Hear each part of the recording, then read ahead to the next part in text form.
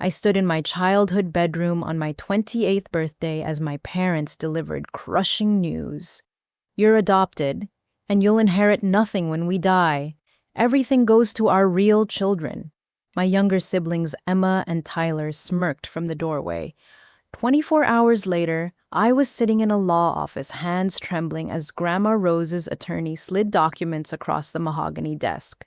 $5 million, my grandmother's entire estate, plus a sealed letter marked "The Truth About Harold and Margaret's Lies."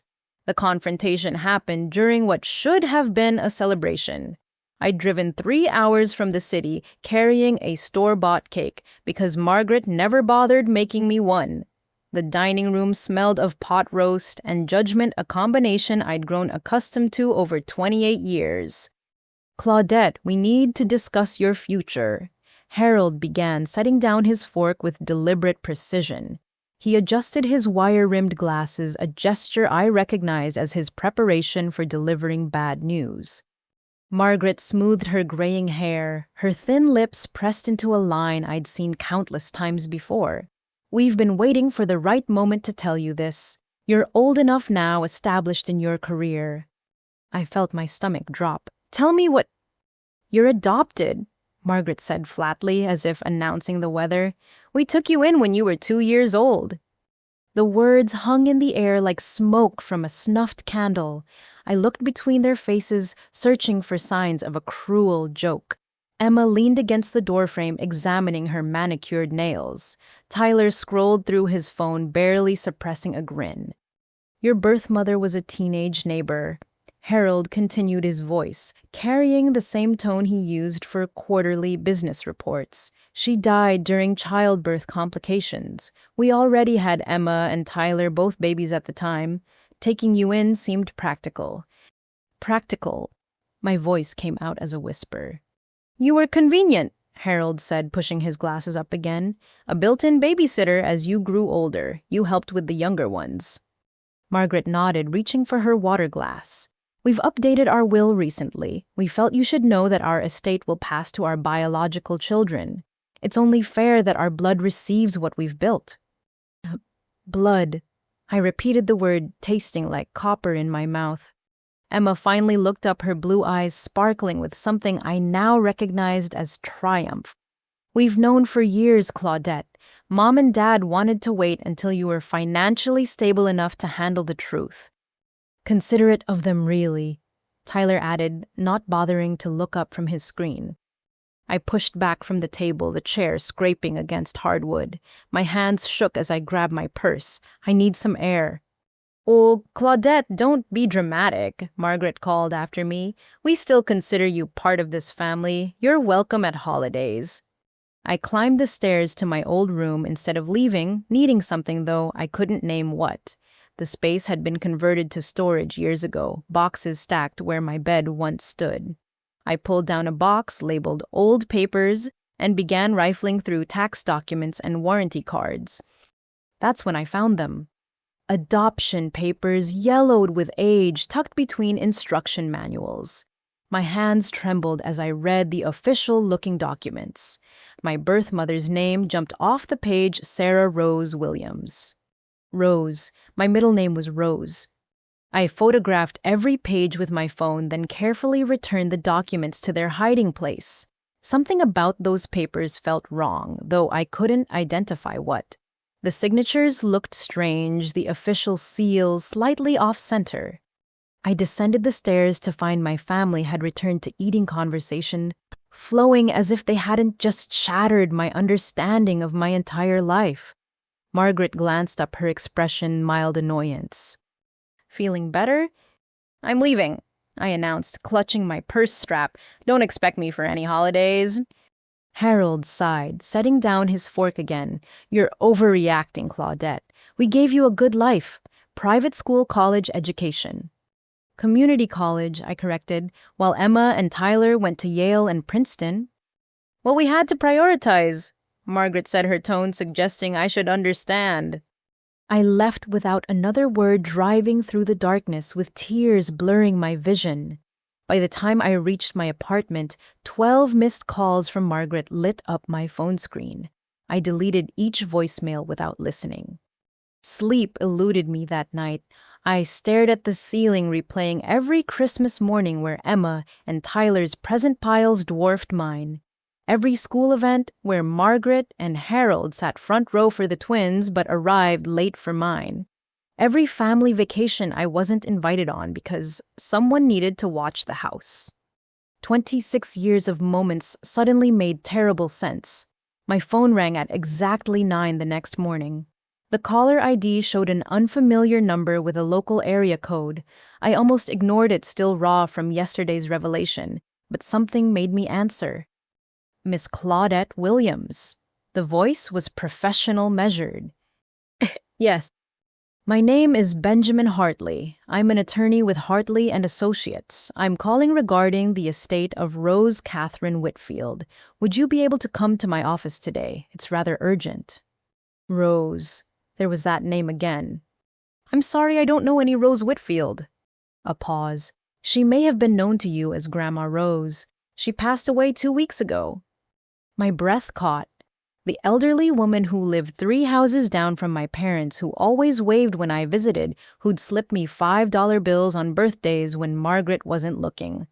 I'd assumed she was just a kind neighbor. I'll be there in an hour, I heard myself say. The law office occupied the top floor of a restored Victorian building downtown. Mr. Hartley greeted me personally, his silver hair and kind eyes, putting me slightly at ease. He led me to a conference room where documents already lay spread across the polished table. Miss Williams, I'll be direct. Rose Whitfield left you her entire estate. I sank into a leather chair. That's impossible. She barely knew me. Mr. Hartley slid a document toward me. $5 million in assets, including 3 rental properties, investment accounts, and liquid funds. The numbers swam before my eyes. Why would she do this? She left instructions for this to be given to you.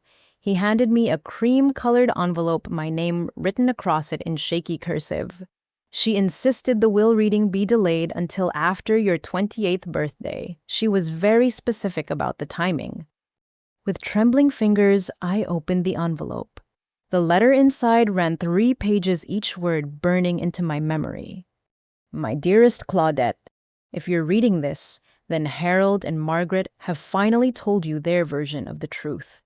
I've waited 26 years to tell you mine. I am your biological great-grandmother.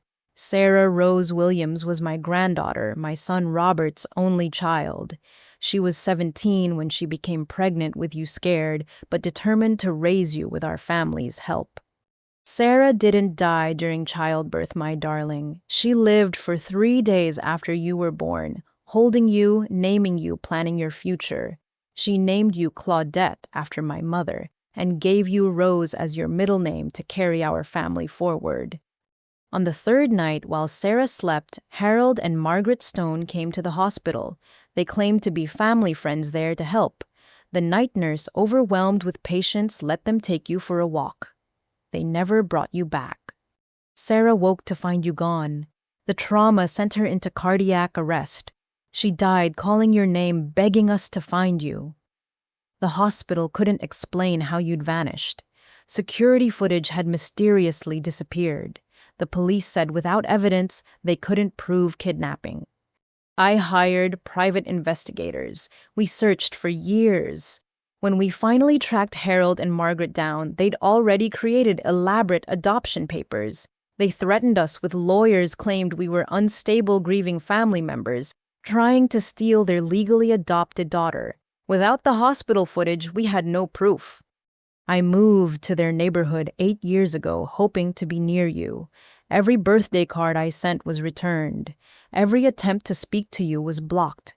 But I watched you grow from afar, saw Sarah's eyes in your face, her kindness in your actions. The money I leave you is partly inheritance, partly restitution. Sarah had a trust fund from her late father that should have been yours. I've spent decades growing it, waiting for this moment. But money isn't why I'm writing. In my safety deposit box at First National Bank, you'll find the real evidence, photographs of Sarah holding you, your original birth certificate hospital records showing you were born Claudette Rose Williams. And most importantly, a copy of security footage from a gas station across from the hospital that night. It shows Harold and Margaret carrying you to their car while Sarah lay dying 3 floors above. Your biological family has never stopped looking for you. Your aunts Catherine and Diana live 2 hours north. You have 5 cousins who grew up hearing about their missing family member. Every Christmas we set a place for you. Every birthday we light a candle. The truth about Harold and Margaret's lies goes deeper than just your kidnapping. They've built their comfortable life on fraud and deceit. Let the evidence guide you to justice, but more importantly, let it guide you home. All my love, Grandma Rose. P.S. Check their adoption papers carefully. Harold's brother worked at a print shop that made convincing forgeries. The state seal should have raised edges. Theirs won't. I read the letter 3 times before looking up at Mr. Hartley, who sat quietly, hands folded. She talked about you often, he said gently, showed me pictures from afar. You have her smile. They stole me. My voice cracked. They literally stole me from a dying teenager. I've handled Rose's affairs for 15 years. She documented everything meticulously. Would you like me to accompany you to the safety deposit box? I nodded, unable to form words. Mr. Hartley produced more papers showing property deeds, bank statements, investment portfolios. The room spun as I signed document after document, making me a millionaire while my world crumbled and rebuilt itself simultaneously. There's one more thing, Mr. Hartley said as we prepared to leave. Rose wanted me to give you this immediately. He handed me a brass key and a slip of paper with an address. It's a storage unit. She said you'd understand when you see what's inside. First National Bank sat 6 blocks away. In the safety deposit box, I found everything Rose had promised and more. Photos of a young woman who looked startlingly like me holding a newborn. Medical records confirming Claudette Rose Williams was born at Mercy General to Sarah Rose Williams, and their grainy but clear enough security footage showing Harold carrying an infant while Margaret held the door. The timestamp read 3:27 a.m., 3 days after my birth. My phone buzzed with angry texts from Margaret demanding to know why I'd been seen entering a law office. I turned it off, tucking the evidence into my bag. I had a storage unit to visit and a family to find. The storage unit was located in an industrial area on the outskirts of town. As I turned the key in the padlock, my hands trembled with anticipation and dread. The metal door rolled up to reveal a carefully organized space that took my breath away. 26 years of my life lined the walls, birthday cards for every year wrapped, presents yellowed with age photo albums labeled with dates. A wooden rocking horse sat in the corner with a tag reading, Claudette's First Christmas. Boxes of children's clothes, toys, books, all waiting for a child who never came home. I sank to the concrete floor, overwhelmed by the magnitude of love and loss contained in this 10 by 10 space. Each item represented a moment stolen, a memory that should have been. I reached for the nearest album, flipping through pages of family gatherings where someone had drawn a heart in the empty spaces labeled, Claudette should be here. My phone, powered back on, exploded with notifications. 17 missed calls from Harold, 32 texts from Margaret, and surprisingly 1 from Emma. They're losing it. What did you do? I ignored them all and instead dialed a number I'd found in Rose's documents. Morrison Investigations, a gruff voice answered. My name is Claudette Williams. I need to hire a private investigator. It's about a kidnapping that happened 26 years ago. James Morrison agreed to meet me that afternoon.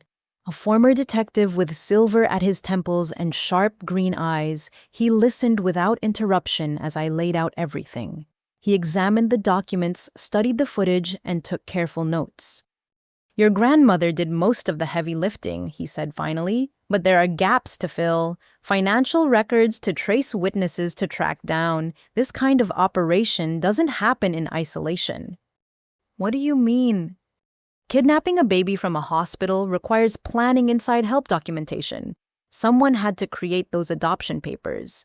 Someone had to make the real records disappear. I'll start with the hospital staff from that night. Within a week, James had uncovered a web of deception that went far beyond what I'd imagined. The night administrator Carl Brennan had been convicted of selling babies 5 years after my kidnapping. He was currently serving life in federal prison. I tracked down 3 nurses from that shift. James reported sliding a folder across his desk. 2 retired, 1 still working. Martha Chen remembers your birth mother, said she was a fighter, wouldn't let anyone take you from her arms. She also remembers being called to an emergency in another ward that night, leaving the floor understaffed. They created a distraction. Looks like it. There's more. He produced bank records. Harold and Margaret started receiving Social Security survivor benefits for you a month after they took you. Sarah was legally declared your mother, making you eligible after her death. They've collected over $300,000 in your name over the years. My stomach churned. They stole me and then profited from my mother's death. The benefits were supposed to go toward your care and education. Wanna bet they can't account for where that money went. I thought of Emma's designer clothes, Tyler's sports cars, the vacations I watched them take while I stayed behind. They spent it on their real children. James nodded grimly. There's something else. I did some digging into Harold's business. He owns a printing company started right around the time you appeared in their lives. His brother Marcus was his first employee. Grandma Rose mentioned Harold's brother worked at a print shop. Marcus Brennan. Notice the last name. My blood ran cold. Related to the hospital administrator. Brothers, Carl ran the hospital. Marcus made the documents. Harold and Margaret provided the cover story and raised you. Everyone profited. I spent the rest of the day in James's office, building timelines and documenting evidence. By evening, we had enough to approach law enforcement, but I had one more stop to make first.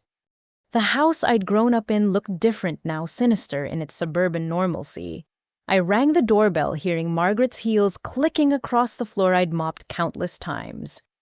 Her face went pale when she saw me. Claudette, finally. We've been worried sick. Have you... I stepped past her without invitation. Harold emerged from his study newspaper in hand. Young lady, you've caused quite a commotion. Disappearing without a word, ignoring our calls. Tell me about Carl Brennan, I said calmly. The newspaper slipped from Harold's fingers. Margaret's hand went to her throat. I don't know who that is. Really? Because his brother Marcus worked for you for 15 years. In fact, he made my adoption papers in your print shop, didn't he? Harold, you don't know what you're talking about. Harold blustered, but sweat beaded on his forehead. I know everything. The kidnapping, the forged documents, the Social Security fraud. I have the security footage, the bank records, all of it. Margaret sank onto the couch. You don't understand. We gave you a good life, better than some teenager could have. She was my mother. The words ripped from my throat. She died crying for me while you drove away with her baby, and then you cashed checks in my name while treating me like hired help. What do you want? Harold asked, his businessman's instincts kicking in. Money. We can work something out. What justice? I said simply. For Sarah, for Grandma Rose, for 26 years of lies. I turned to leave, pausing at the door. Oh, and that family meeting about your will. Consider this my RSVP. I'll inherit exactly what you plan to give me. Nothing. Because everything you have is built on crime and it's all about to be seized. The sound of Margaret's sobs followed me to my car. As I drove away, I saw Emma's BMW pulling into the driveway. Perfect timing. Let them explain to their golden children why their perfect life was about to implode. My phone rang. James Morrison's name appeared on the screen. The FBI wants to meet, he said without preamble. Turns out, you weren't the only baby stolen from Mercy General that year. The meeting with Grandma Rose's letter had mentioned Catherine and Diana happened at a small Italian restaurant chosen for its privacy. I arrived early, my stomach in knots, hands wrapped around a coffee cup I couldn't bring myself to drink. They entered together and my breath caught. Catherine had my nose, or rather I had hers. Diana's hands moved when she talked, gesturing in patterns I recognized from my own mannerisms. We were strangers who shared blood, connected by DNA and disconnected by decades. "Oh my God," Catherine whispered, tears already streaming. "You look just like her, just like Sarah." Diana reached into her purse with shaking hands, pulling out a worn photo album. "We brought pictures we thought you might want to see." The first photo showed a teenage girl with long brown hair and my exact smile cradling her pregnant belly. "This was 2 weeks before you were born," Diana explained. "She was so excited. Look, she'd already painted your nursery." Page after page revealed the life I should have known. Sarah painting laughing, decorating a yellow nursery with hand-stenciled butterflies. Family dinners where she proudly showed ultrasound photos. A baby shower with handmade gifts and a cake shaped like a rattle. "She wanted to name you Claudette after great-grandma Rose's mother," Catherine said softly. "Said you were going to be an artist like her." "I can't even draw stick figures," I admitted, voice thick. "Nature versus nurture," Diana said gently. "But look at your hands. You have her fingers long and graceful. She played piano too." A waiter approached, but none of us could focus on food. Instead, my aunts, because that's what they were told me about the family I'd lost. "Our father, your grandfather Robert, died when Sarah was 12, Catherine explained. "Cancer. It's why she was so close to Grandma Rose. They were everything to each other." "Sarah was the youngest," Diana added. "We were already in college when she got pregnant. The father was a boy from school who vanished the moment she told him. But she didn't care. She wanted you so much." Catherine pulled out a manila envelope. "These are from after. We hired investigators, lawyers, anyone who would listen. But Harold and Margaret had those papers, and without proof of kidnapping—" I scanned the documents, seeing the frustration in every legal filing, every rejected petition. "They threatened you." "Harold sent a cease and desist letter," Diana's voice hardened. "Said, if we came near you, they'd sue for harassment. Said they had evidence we were unstable trying to kidnap their legally adopted daughter." "We drove by sometimes," Catherine admitted. "Watched you play in the yard. You were 7 when Margaret caught us. She called the police, claimed we were stalking. We had to stay away after that." "But we never stopped hoping." Diana reached across the table, hesitantly touching my hand. "Every birthday we buy a card. Every Christmas we set your place at the table. Your cousins, they grew up knowing about you." 5 cousins, I asked, remembering Rose's letter. "My 3 boys and Diana's 2 girls." Catherine smiled through tears. "They range from 15 to 24 now. Michael, the oldest, he's getting married next spring. We always said when we found you, you'd be in the wedding." The emotion overwhelmed me. 26 years of family gatherings, inside jokes, shared memories, all stolen. "Tell me about the birthday cards." Diana laughed, wiping her eyes. "Boxes of them. We could never send them, but we wrote them anyway. First day of school, prom, graduation, everything we missed. It became a tradition. Even the kids write them now." "Last year," Catherine said quietly, "I saw Margaret at the grocery store. I couldn't help myself. I asked about you." My blood ran cold. "What did she say?" "That you died. Car accident in college." I almost believed her, but something felt wrong. I hired another investigator, found nothing about any accident. That's when Grandma Rose reached out, said she was getting close to the truth. The waiter returned, patiently waiting. We ordered automatically, barely registering choices. Once alone again, Diana pulled out her phone. "I know this is a lot, but would you like to see recent pictures of the family?" I nodded, unable to speak. The photos showed gatherings. I should have been part of faces that shared my features. The cousins, especially, we all had the same eye shape, the same way of tilting our heads when smiling. That's Michael, Catherine pointed. He's in law school, wants to be a prosecutor. He says it's because of you, actually, wants to help families get justice. And that's Jessica, Diana indicated, a girl about 19. She's an artist like Sarah, oils mostly landscapes. She's always said she's keeping the talent warm for when her cousin comes home. The food arrived, but we mostly pushed it around our plates. There was too much to say, too many years to bridge. I need to ask, I said finally. The night they took me, do you know what really happened? The sisters exchanged glances. Catherine took a deep breath. We were at home with Mom and Dad. Got the call that Sarah was in labor. By the time we reached the hospital, you were already born. Sarah was exhausted but so happy. She wouldn't let anyone else hold you. The next 2 days were perfect, Diana continued. We took turns staying with her. Grandma Rose had just gone home to shower when it happened. I was in the cafeteria getting coffee. Catherine had stepped out to call work. Sarah was sleeping. The nurse said a couple claiming to be family friends offered to walk you while Sarah rested. Catherine's voice broke. Sarah must have been so tired, so trusting, when she woke up and you were gone. The doctors said the shock triggered a cardiac event, Diana whispered. She'd had complications during delivery. Her heart was already stressed. She kept trying to get up to find you. They had to sedate her. She died calling your name. Where's Claudette? Someone find my baby.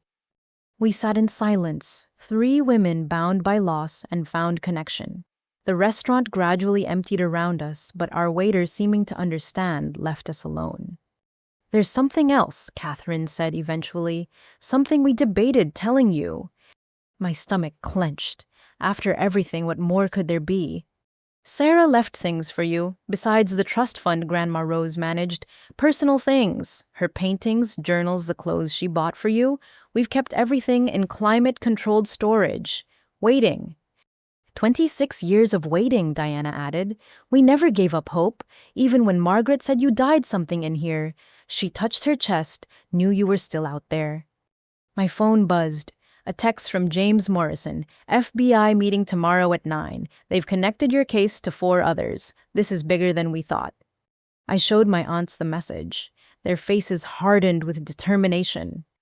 We'll be there, Catherine said firmly. Every court date, every meeting. You're not facing this alone anymore. The whole family will come, Diana agreed. Let Harold and Margaret try to intimidate us now. We have proof, we have resources, and most importantly, we have you back. As we prepared to leave, Catherine pulled out one more photo. It showed Sarah in a hospital bed, holding a newborn, her face radiant despite exhaustion. This is the only picture we have of you together, she said softly. The nurse took it maybe an hour after you were born. Look how she's looking at you, like you were her whole world. I studied the photo, memorizing every detail. Sarah's young face, the way she cradled me, the pure love in her eyes. For the first time in my life, I saw myself being held by someone who truly wanted me. Can I keep this? I asked through tears. It's yours, Diana said simply. It was always yours, just like everything else they stole. Your name, your family, your history. We're going to help you take it all back. We hugged in the parking lot, 26 years of separation dissolving in shared tears. As I drove home, I felt something fundamental shift inside me. I wasn't the unwanted, adopted child anymore. I was Claudette Rose Williams. I was loved. I was searched for. I was finally found. The federal building downtown had never seemed imposing until I walked through its doors, knowing I was about to accuse my adoptive parents of kidnapping. Catherine flanked my left side while Diana walked on my right, their presence a comfort I was still learning to accept. FBI Special Agent Patricia Chen commanded the conference room with quiet authority. Spread across the table were files, photographs, and evidence bags that made my situation feel suddenly terrifyingly real. Miss Williams, thank you for coming, Agent Chen began. Your case has opened something we've been tracking for years. Between 1995 and 2017, babies went missing from hospitals across 3 states. Your evidence is the first concrete proof of an organized operation. My throat went dry. 17. Oh, that we know of. Carl Brennan worked at 3 different hospitals during that period. His brother Marcus operated print shops in each city. We believe Harold and Margaret were one of several couples who participated in this ring. James Morrison leaned forward. I've found financial connections between Harold's printing business and 6 other families who adopted children during those years. All the adoptions have similar paperwork irregularities. We need to move fast, Agent Chen continued. Once Harold and Margaret realize we're building a federal case, they'll likely destroy evidence or flee. We're executing search warrants this afternoon. What do you need from me? I asked. Everything. Every memory. Every document. Every strange incident growing up that might connect to this. But first, we need to discuss your safety. Once arrests begin, you could become a target. The room fell silent. I hadn't considered physical danger, only emotional justice. Diana's hand found mine under the table. She'll stay with us.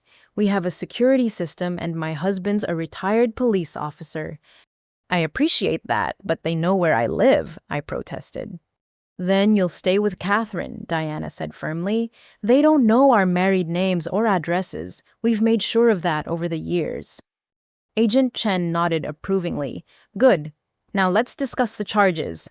Kidnapping across state lines is federal. The statute of limitations doesn't apply when the victim was a minor. We're also pursuing fraud, identity theft, and conspiracy charges. The door opened and a younger agent entered. Ma'am, Harold Stone just withdrew $50,000 in cash from various ATMs. Margaret Stone booked 2 tickets to Vancouver for tonight. Move the timeline up, Agent Chen commanded. Execute the warrants now, she turned to me. Miss Williams, we need you somewhere safe while this happens. Agents will escort you to gather necessities from your apartment. Everything moved quickly after that. 2 agents accompanied me home, where I packed hastily, grabbing photos, documents, and clothing.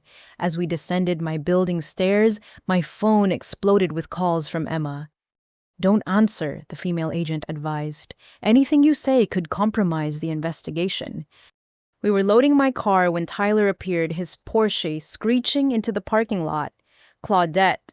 What's happening? Dad's freaking out, destroying papers in his office. Mom's packing everything valuable. Go home, Tyler, I said coldly. They said FBI agents came to the business asking questions. This is about that inheritance, isn't it? You're being vindictive because they told you the truth.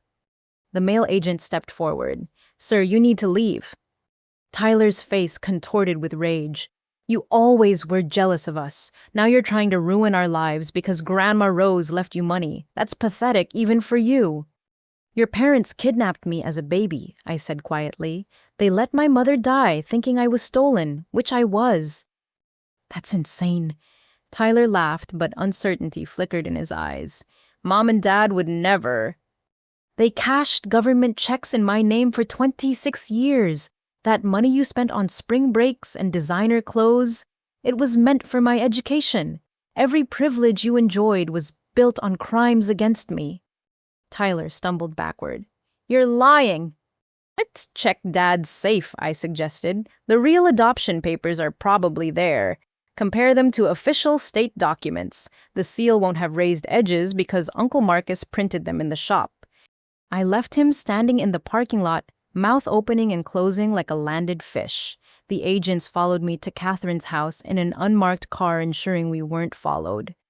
Catherine lived in a colonial-style home surrounded by oak trees. Her husband, Robert, a gentle giant with kind eyes, helped carry my bags inside. You're safe here, he assured me. I've already alerted my former colleagues to patrol the neighborhood. We settled in the living room where Diana waited with her husband Paul and all 5 cousins. Michael, the law student, immediately took charge of organizing the legal documents. The others introduced themselves with warm hugs and tears. We've waited our whole lives to meet you, Jessica said, the artistic cousin who looked startlingly like the photos of Sarah. Every family event we'd talk about when you'd come home. Agent Chen called as we shared Chinese takeout, the family trying to create normalcy in chaos. Search warrants have been executed. We found significant evidence at both the residence and business. Harold and Margaret Stone are in custody. Relief and grief warred in my chest. Despite everything, part of me mourned the only parents I'd known. There's more, Agent Chen continued. We found correspondence between Harold and 5 other families. Your case is helping us solve multiple kidnappings. 3 birth families have already been notified. After she hung up, I sat surrounded by relatives I'd just met, processing the magnitude of what was happening. Somewhere, other stolen children were learning the truth. Other birth families were getting answers. I want to be there when they're arraigned, I announced. Michael nodded. I'll come with you. I'm not admitted to the bar yet, but I can help coordinate with the prosecutors. We'll all be there, Catherine said firmly. They isolated you for 26 years. Never again. My phone buzzed with a text from an unknown number. I almost ignored it, then recognized Emma's secondary phone. They took Mom and Dad. Tyler's having a breakdown. This is all your fault. Diana read over my shoulder and took my phone, typing a response.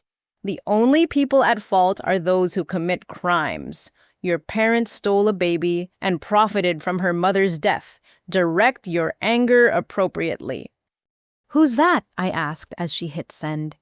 Your aunt, who's not taking any more of their manipulation, Diana said fiercely. You've been conditioned to accept blame for their actions. That ends now. As night fell, I found myself in Jessica's old room, surrounded by art that reminded me painfully of what Sarah might have created. Catherine knocked softly, entering with a box. I thought you might want these tonight, she said, setting it on the bed. Inside were baby clothes, tiny socks, a hand-knitted blanket, and at the bottom a cassette tape labeled Sarah's Lullabies. She recorded these when she was 8 months pregnant, Catherine explained. Said she wanted you to know her voice even if she was at work or school. I held the tape like a lifeline. 26 years later, I would finally hear my mother's voice. Catherine hugged me tightly. She loved you so much, Claudette. From the moment she knew you existed, you were everything to her. Don't let anyone tell you different. After she left, I lay in bed listening to a teenage Sarah sing soft lullabies to her unborn child. Her voice was young but determined, full of hope and plans for our future together.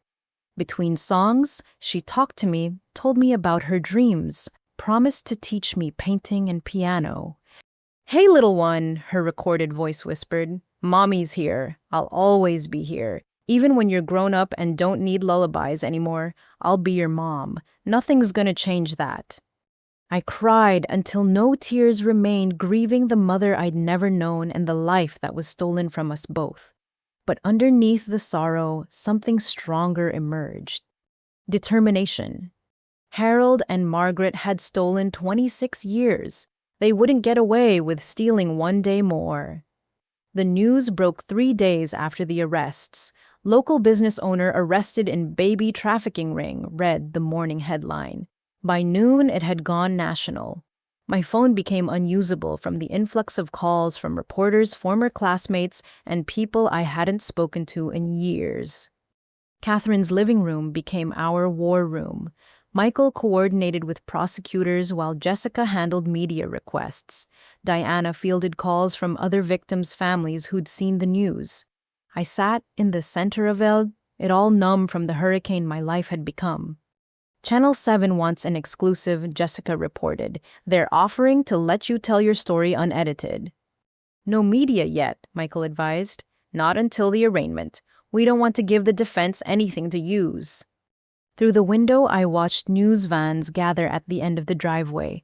Robert had called his police buddies to keep them at bay, but their presence felt suffocating. Emma called from a number I didn't recognize. Against Michael's advice, I answered. Are you happy now? Her voice was raw from crying. "We're losing everything. The house is being foreclosed because the accounts are frozen. I had to drop out of Yale. Tyler's fiancé left him." "I didn't do this, Emma. Your parents did." "They gave you everything," she screamed.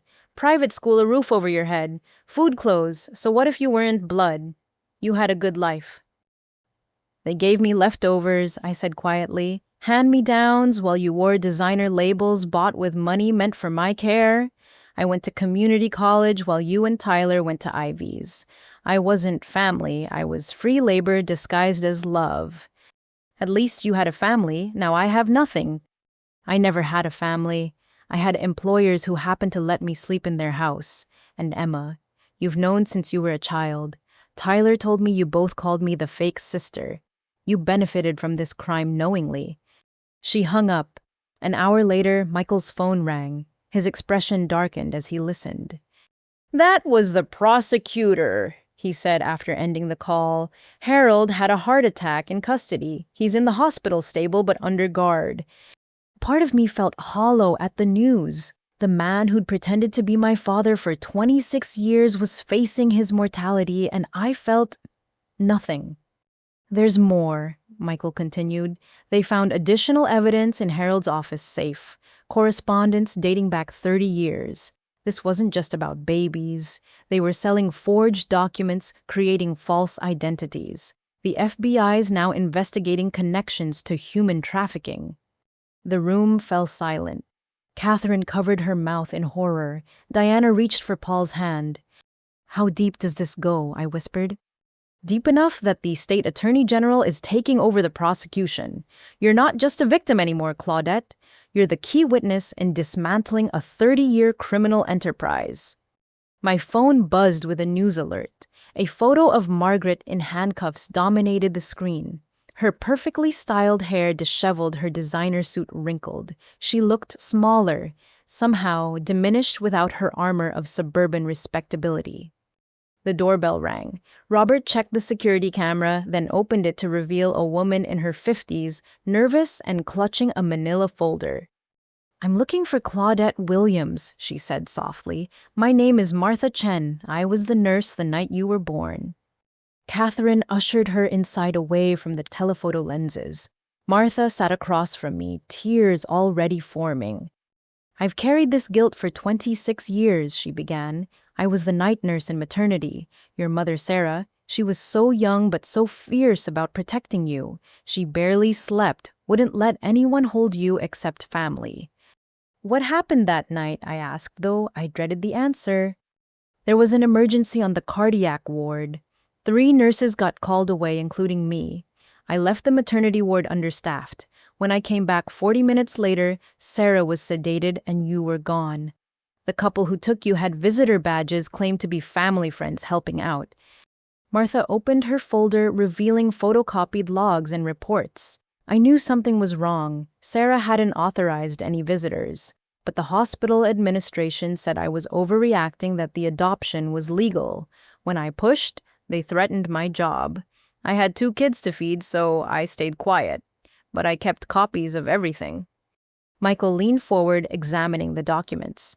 "This shows the emergency was called in by someone named C. Brennan. Carl Brennan created the distraction." "I figured that out years later when he was arrested for selling babies," Martha said. "By then you were gone, and I didn't know how to find you. When I saw the news, I knew I had to come forward." "Will you testify?" Michael asked. "Yes, I should have done it 26 years ago. Maybe Sarah would still be alive if I'd fought harder." We sat in shared guilt and grief until Martha composed herself. "There's something else. Sarah woke up briefly before the end. She asked me to tell her baby something if they ever found you. She said, 'Tell Claudette I loved her more than all the stars.' She made me promise." The words broke something inside me. I sobbed in Catherine's arms while Diana held my hand. Martha cried with us, 4 women bound by a tragedy that rippled through decades. After Martha left, having given Michael her contact information for the prosecutors, Agent Chen called with updates. "Tyler Stone has agreed to cooperate," she reported. He's providing evidence about financial crimes we hadn't discovered. Apparently, watching his parents get arrested shifted his perspective. He's saving himself, I said bitterly. Perhaps, but his information led us to 12 more families who bought babies. We're talking about a network that spans the entire East Coast. Your willingness to come forward is bringing justice to dozens of stolen children. That night, I couldn't sleep. I wandered to Catherine's kitchen, finding Diana already there nursing tea. Can't sleep either, she asked gently. I keep thinking about the others. 17 babies that we know of. That's 17 birth mothers who died or lived with empty arms. 17 families with holes in their photo albums. Diana pulled out a chair for me. But now they'll have answers, because you were brave enough to push for the truth. I wasn't brave. I was just angry about an inheritance. No, Diana said firmly. You were a survivor who finally got the tools to fight back. There's a difference between revenge and justice. You're seeking justice. We sat in comfortable silence until dawn crept through the windows. Soon we'd face cameras and courtrooms, but for now we were just an aunt and niece stolen time being slowly reclaimed. Sarah would be proud, Diana said softly. I hope so, I whispered back. The house stirred to life around us. Catherine started coffee. Robert made breakfast. The cousins trickled in one by one. This was what family felt like, I realized. Not the performance Harold and Margaret had staged, but genuine care, automatic inclusion, unconditional support. Emma texted again. Dad's asking for you. He says he wants to explain. I showed Diana, who snorted. Even now he wants to control the narrative. Don't let him. But part of me needed to hear whatever justification he'd conjured. Maybe facing him would help me close this chapter. I'll go, I decided, but not alone. Michael nodded. I'll come. We'll record everything just in case he admits to more crimes. As we prepared to leave, the news played footage of Margaret being transferred to federal custody. She kept her head high, maintaining the facade of dignity, even in handcuffs, but I saw the truth in her eyes, the fear of someone whose carefully constructed life had collapsed. Good, I thought. Let her feel what I felt at 28, learning my entire life was a lie. Let her wonder if anyone ever really loved her, or if they just loved what she could do for them. Justice was coming slow but certain, and I would be there to watch every moment of their empire of lies crumble to dust. The story exploded across social media before traditional news outlets could control the narrative. Someone leaked my high school yearbook photo alongside Sarah's, the resemblance undeniable. Within hours, stolen baby Claudette was trending, and my phone became a lightning rod for memories I'd suppressed. Mrs. Barbara Thompson. My 5th grade teacher appeared on Catherine's doorstep the morning before Harold's hospital visit. Her silver hair was styled the same way I remembered her kind eyes, now filled with decades of regret. I knew something was wrong, she said, settling into Catherine's living room with shaking hands. You were such a bright child, but so sad. Different from your siblings in ways that went beyond appearance. Different how I asked, though part of me already knew. Emma and Tyler got new supplies every semester. You used broken crayons and secondhand books. They brought elaborate lunches while you had basic sandwiches. Parent-teacher conferences were standing room only for them. But Margaret always rescheduled yours, usually sending Harold alone at the last minute. She pulled out a worn folder from her bag. I kept your work. Look at this Mother's Day card you made. Every other child drew happy families. You drew yourself alone in a garden. I studied my childhood art, seeing the isolation I'd internalized so young. I remember making that. Margaret said it was ugly and threw it away. You retrieved it. From the trash, yes. I started documenting everything after that. Photos of you at recess, always watching other children play, but rarely joining. Essays where you wrote about feeling like a ghost in your own home. Michael leaned forward. You reported this 3 times. Child Services said there was no evidence of physical abuse. You were fed, clothed, had shelter. Emotional neglect wasn't enough for intervention. The Stone family was respected donors to school programs. My concerns were dismissed as overreaction. She handed Michael the folder. I documented everything, though. Dates, times, specific incidents. I thought maybe someday it would matter. It matters now, Michael assured her. This establishes a pattern of discriminatory treatment that supports the prosecution's case. After she left, more people emerged from my past. The phone rang constantly with former neighbors, church members, family friends, all suddenly remembering signs they'd ignored. Reverend William Hayes called personally. "Claudette, I need to apologize. Your family attended First Methodist for 15 years. I watched Harold and Margaret treat you differently and said nothing. I chose congregational harmony over a child's well-being. That was wrong." "What did you see?" I asked, needing validation for memories Margaret always dismissed as overdramatic. "Holiday pageants where Emma and Tyler had starring roles while you worked backstage. Church picnics where they'd forget to sign you up for activities. Fundraisers where they donated in Emma and Tyler's names, but never yours." I told myself it was family dynamics I shouldn't judge, but I knew. We all knew. The calls continued. Jennifer Martinez, who lived next door, remembered birthday parties I wasn't allowed to attend. Margaret always had an excuse. "You were sick at camp visiting relatives, but I'd see you through the window cleaning while the party happened in the backyard." Coach Robert Williams from middle school recalled equipment fees paid for Tyler, but not for me. "You wanted to join track so badly, had natural speed, but Margaret said the family budget couldn't stretch to 3 children in sports. Then Tyler got new baseball gear the next week." Each conversation added another brick to the wall of evidence, but also deepened my grief. An entire community had witnessed my exclusion and done nothing. Diana helped me process the anger. They were complicit through silence, yes, but Harold and Margaret were master manipulators. They presented just enough normalcy to create doubt.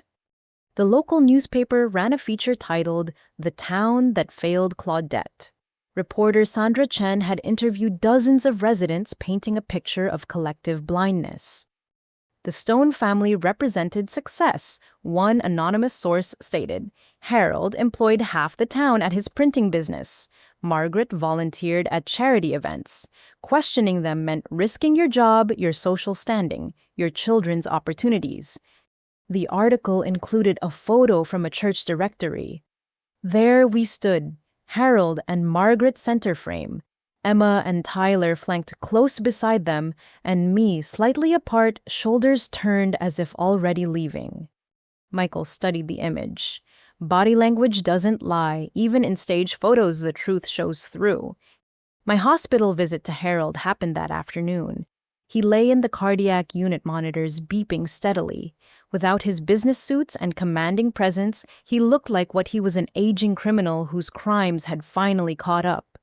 "Claudette," he wheezed. "You came." I came for answers, not absolution. Michael started recording as Harold attempted to reshape history. "We gave you opportunities, structure, discipline. Sarah was 17, unemployed, no father in the picture. What life could she have provided?"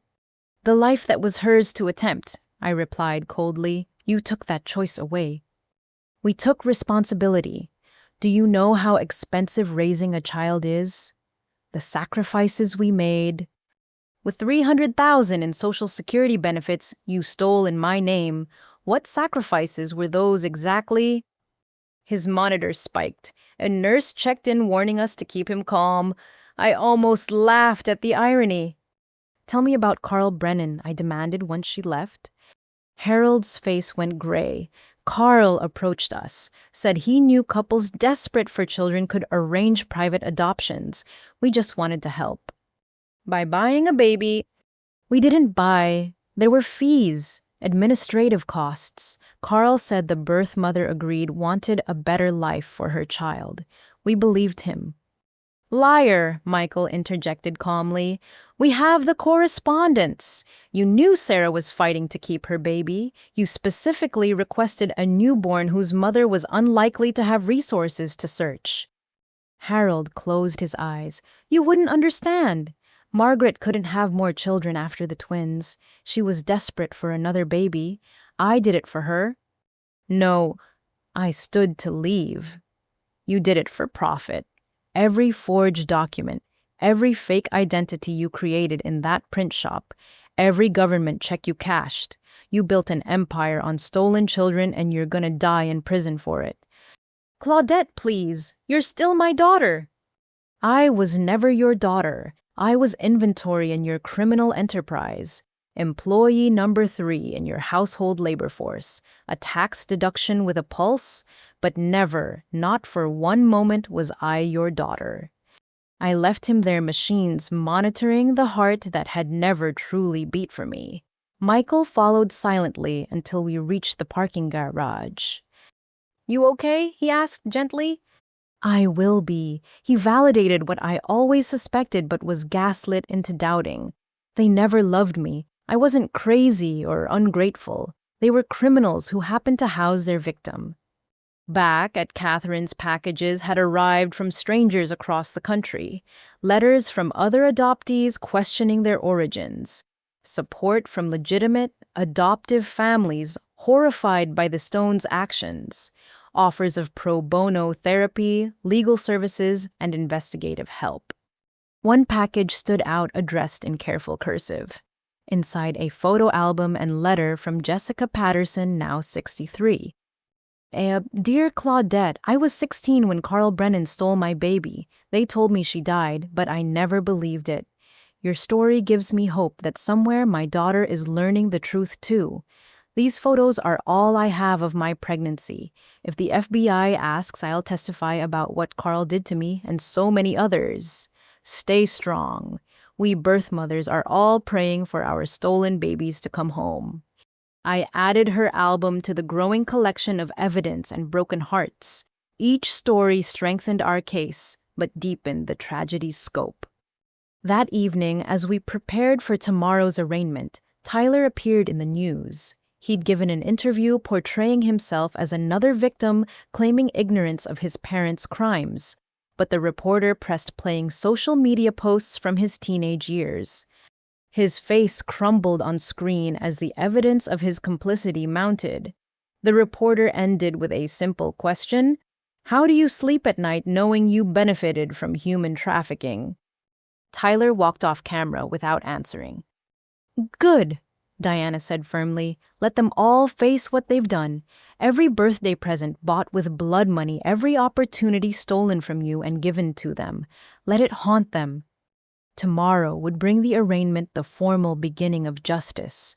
But tonight, surrounded by the family, I should have always known, reading letters from a community finally ready to speak truth. I felt something more powerful than vindication. I felt seen. For 28 years, I'd been invisible in plain sight. Now the whole world was looking, and they saw what Harold and Margaret had tried to hide. I mattered. I had always mattered. Sarah's daughter was finally visible, and she would not be silenced again. The arraignment should have been straightforward. Harold and Margaret, flanked by their attorneys, would hear the charges against them. What none of us expected was Emma and Tyler's power play. They entered the courtroom with Sandra Whitman, a sharp-dressed attorney known for taking controversial cases. As victims' families filled the gallery, Emma and Tyler positioned themselves as if they belonged with us, rather than their parents. Judge Patricia Morrison called the court to order. The list of charges against Harold and Margaret took 15 minutes to read: kidnapping, fraud, conspiracy, identity theft, money laundering, and racketeering. With each charge, Margaret shrank further into herself while Harold maintained his businessman's poker face. How do the defendants plead? Not guilty, their attorney stated. No surprise there. What came next, however, shocked everyone. Sandra Whitman stood. Your Honor, I represent Emma and Tyler Stone, and we'd like to address the court regarding a related matter. The prosecutor objected, but Judge Morrison allowed it curious. My clients have filed to contest the will of Rose Whitfield, which left $5 million to Claudette Williams. We argue this will was created under undue influence and false pretenses. The gallery erupted. Catherine gripped my hand as Diana muttered words that would have made sailors blush. How dare they? Sandra continued unmoved by the outcry. Rose Whitfield spent years stalking the Stone family, harboring delusions about a kidnapping that my client's parents assert was a legal adoption. She manufactured evidence and manipulated a vulnerable young woman into believing lies about her loving adoptive family. Objection. Michael shot to his feet, despite not being official counsel. This is a criminal arraignment, not probate court. Judge Morrison banged her gavel. Ms. Whitman, file your civil motion properly. This is neither the time nor venue. But damage was done. Reporters scribbled notes about contested millions and family feuds. Emma smirked from her seat, clearly pleased with the disruption. After court, we convened in a conference room with the lead prosecutor, David Chan, and Hartley Rose's estate attorney. They have no grounds, Hartley assured me. Rose was of sound mind, had multiple doctors confirm her mental capacity, and videotaped her will's signing with witnesses. This is desperation. It's a delay tactic, Chen agreed. They're trying to muddy waters, make this about money rather than kidnapping. Can they access the inheritance during contestation? I asked. No, the estate remains frozen until resolved. But that works both ways, limiting your access too. Michael paced the room. They're also trying to shift public narrative, make Claudette look greedy rather than victimized. Let them try, Diana said fiercely. We have 26 years of evidence showing who the real criminals are. The civil filing came that afternoon.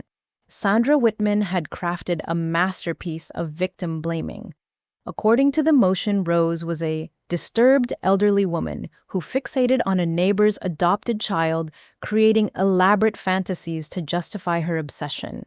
Emma and Tyler were painted as innocent victims of their parents' alleged crimes, now being doubly punished by losing their inheritance to a stranger. Stranger? I laughed bitterly. I'm their sister. They made sure I never forgot my place as the fake one, and now I'm a stranger. Hartley reviewed the filing with disgust. It's all smoke and mirrors. Look here, they claim Rose showed signs of dementia, but her medical records show no such diagnosis. They're inventing facts. What about this? Catherine pointed to a paragraph. They say Claudette manipulated Rose in her final years. Hard to do when I never met her as an adult, I countered. Harold and Margaret made sure of that. We spent hours dissecting their claims, building counter-arguments. Meanwhile, my phone buzzed with interview requests. The contested millions had indeed shifted some public focus exactly as Emma intended. That evening, a breakthrough came from an unexpected source. Tyler called Michael directly. I want to meet, he said. Without Emma, she's lost it, man. This inheritance thing, it's all her. I just want this over. Against everyone's advice, I agreed to meet Tyler at a neutral location, a diner downtown. Michael and Diana insisted on accompanying me, sitting 2 booths away. Tyler looked terrible. His designer clothes were wrinkled, his usual swagger replaced by exhaustion. He slid a flash drive across the table without preamble. Yeesh, what's this? Every email between Emma and Sandra Whitman. Every strategy session recorded. Proof that she knew about the kidnapping since high school and helped hide evidence. I stared at him. Why? Because this has to end.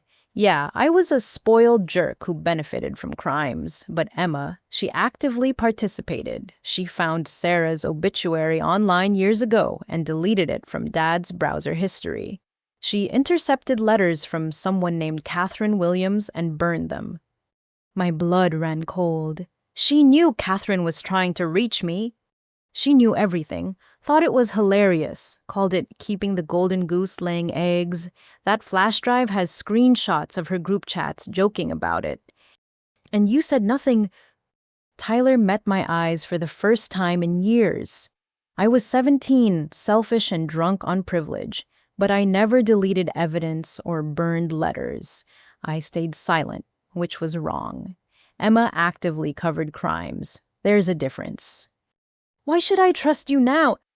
Because I've lost everything anyway. Jennifer left me my trust funds frozen. I'm probably going to jail for financial fraud. At least I can try to do one right thing. Emma's trying to destroy you to save herself. Someone should stop her. He stood to leave, then paused. For what it's worth, I am sorry. You deserved better than us. After he left, we examined the flash drive's contents. Tyler hadn't exaggerated. Emma's communications revealed a calculating mind that had viewed me as a threat since childhood. She'd systematically worked to isolate me, ensuring I never discovered the truth. One email to Sandra chilled me. If we can discredit her, make her look unstable and money-hungry, maybe the criminal case falls apart too. Dad always said the best defense is a good offense. Michael immediately called Chen.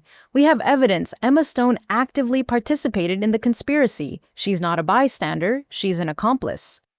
The next morning brought more drama. Emma appeared on a morning talk show perfectly styled and crying on cue. She painted herself as a victim of her parents' deception, claiming she'd been manipulated and gaslit into believing I was legally adopted. I loved Claudette like a real sister, she told the sympathetic host. To find out my parents lied to all of us is devastating. And now she's trying to take Grandma Rose's money, which was meant for all the grandchildren, not just her. Diana threw a pillow at the TV. Grandma Rose wasn't even related to them. But Emma's performance was convincing. Social media split between supporting me and sympathizing with the innocent Stone children. The narrative was shifting exactly as Emma planned. Hartley called an emergency meeting. We need to file our response immediately. This media campaign is tainting potential jury pools for both civil and criminal cases. What do you recommend? I asked. Full transparency. Release everything Rose's letter, the evidence she gathered proof of the systematic discrimination. Show the world exactly who Emma and Tyler Stone are. Catherine hesitated. That's playing their game, though, making it public spectacle. Sometimes you have to fight fire with fire, Michael argued. Emma's controlling the narrative. We need to take it back. I thought about Sarah dying without her baby, about Rose spending decades searching for me, about all the stolen babies whose stories might never be told. Do it, I decided. Release everything. Let the truth speak louder than their lies. That afternoon, we held our own press conference, not in a TV studio with soft lighting, but outside the courthouse where justice would ultimately be served. I spoke without notes from the heart, about finding adoption papers that led to discovering a grandmother who never stopped searching, about learning my birth mother died crying my name, about 26 years of being treated as lesser while my kidnappers profited from my existence. Then I played the recording of Tyler's confession about Emma's involvement. The reporters' faces shifted from sympathy to shock as they realized both Stone children were complicit. This isn't about $5 million, I concluded. It's about 17 stolen babies and the families destroyed by greed. If contesting Grandma Rose's will helps Emma sleep at night, let her try. But she'll have to do it from a jail cell because destroying evidence and conspiracy to kidnap are crimes too. The questions came fast and furious, but I answered each honestly. No spin, no tears, just truth. That evening, as we watched news coverage shift back toward supporting justice over sentiment, Tyler texted, "Emma's been arrested. Thank you for not mentioning I gave you the evidence. Maybe I can actually sleep tonight." I didn't reply. His conscience was his to wrestle with. I had bigger battles ahead. The inheritance Rose left me was already doing its work not in my bank account, but in funding investigations, supporting other victims, and ensuring Harold and Margaret's empire of lies crumbled completely. Money was never the goal. Truth was. Justice was. and Emma's desperate grab for millions she was never entitled to only proved what I'd always known. In the Stone family, everything had a price, even apparently their souls. The pounding on my apartment door started at 2 in the morning. Catherine and I had returned there to grab more of my belongings, believing it would be safe in the dead of night. We were wrong. "Claudette, open this door right now!" Margaret's voice, usually so controlled, cracked with hysteria. "You ungrateful little bitch! After everything we did for you?" Catherine immediately called 911 while I checked the security footage on my phone. Margaret stood in the hallway, hair wild, designer coat thrown over pajamas. She'd clearly driven here in a manic state, her Mercedes parked haphazardly outside. "I'm your mother," she screamed, pounding harder. 26 years I raised you, fed you, clothed you, and this is how you repay me. Stay away from the door," Catherine whispered, but I moved closer, needing to hear her unfiltered truth. "You were nothing," Margaret continued. "A bastard baby from a teenage whore who couldn't keep her legs closed. We gave you respectability, a name, a future. You should be grateful." I hit record on my phone, capturing every venomous word. "We could have left you in foster care, let you rot in the system. But no, we took you in, gave you our name, and you destroyed us. You destroyed my family." Her fists bloodied against my door, leaving smears I could see through the peephole. "Emma's in jail because of you. My baby girl, my real daughter, sitting in a cell like a common criminal.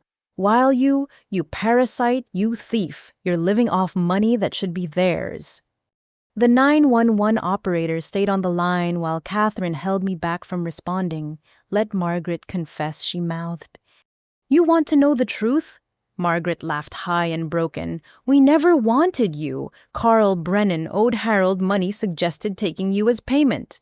Free government checks, he said. Free babysitter when you're older. Good investment, he said." My knees buckled. Catherine caught me, her own face pale with horror. "But you were so needy. Always crying, always wanting attention. Why don't you love me, Mommy? Because you weren't mine to love. You were a business transaction that wouldn't shut up." Police sirens wailed in the distance. Margaret heard them too. "I should have smothered you in your crib," she snarled. "Saved us all this trouble. 1 pillow, 1 minute, problem solved. I thought about it, you know. So many nights standing over your bed pillow in hand. Harold stopped me, said the checks were too good to lose." The confession hit like physical blows. Catherine wrapped her arms around me as I shook, trying to process that my adoptive mother had contemplated murdering me for the crime of existing. "But now look, you've ruined everything. My marriage, my children, my life. I hope you're happy. I hope that money keeps you warm at night, because you'll never have a real family. No one could love something that crawled out of a dead whore's womb." Police officers appeared in the hallway, approaching Margaret carefully. She spun on them, spittle flying. "Arrest her!" She pointed at my door. "She's the criminal. She stole my daughter's inheritance. She's destroying my family with lies." "Ma'am, you need to come with us," an officer said calmly. Margaret lunged for my door one final time. "I'll kill you. You hear me? I'll finish what I should have done 26 years ago." It took 3 officers to subdue her. As they dragged her away, she kept screaming threats and confessions, each word another nail in her legal coffin. I stood frozen until Catherine gently took my phone, ensuring the recording was saved. "That woman is insane," she said quietly. "Purely evil. Thank God you survived her." We gave statements to police, then returned to Catherine's house as dawn broke. The adrenaline crash hit hard. I couldn't stop shaking, couldn't erase Margaret's words from my mind. Diana arrived within minutes of our call, wrapping me in the kind of maternal embrace Margaret never gave. "She can't hurt you anymore. She just confessed to attempted murder on recording. She's done." Chen called an hour later. Margaret Stone violated her bail conditions spectacularly.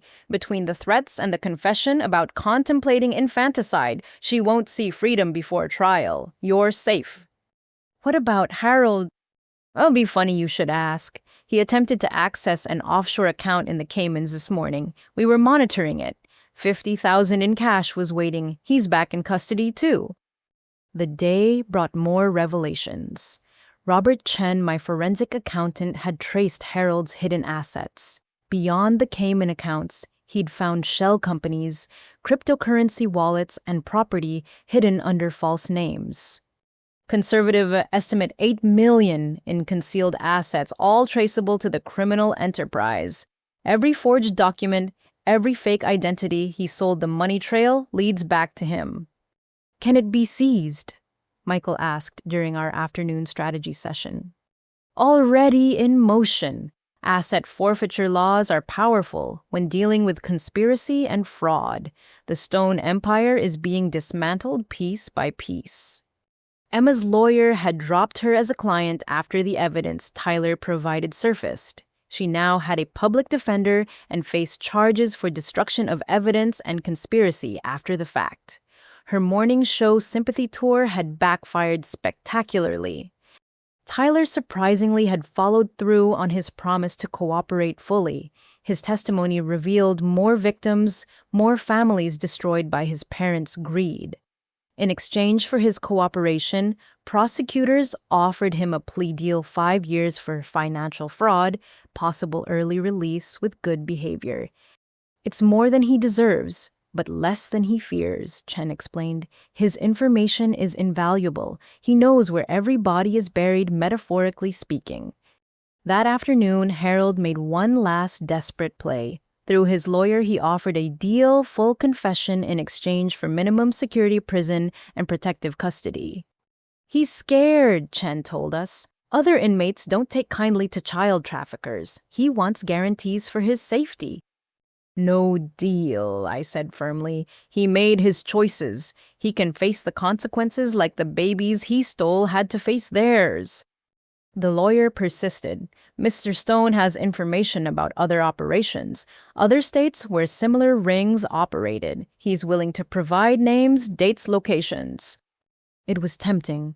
How many other Sarahs were out there dying without their babies? How many other stolen children needed answers? Give us the information first, Michael suggested. Prove it's valuable. Then maybe the prosecutor considers leniency. But Harold wanted guarantees up front. Classic businessman still trying to negotiate from a position of power he no longer held.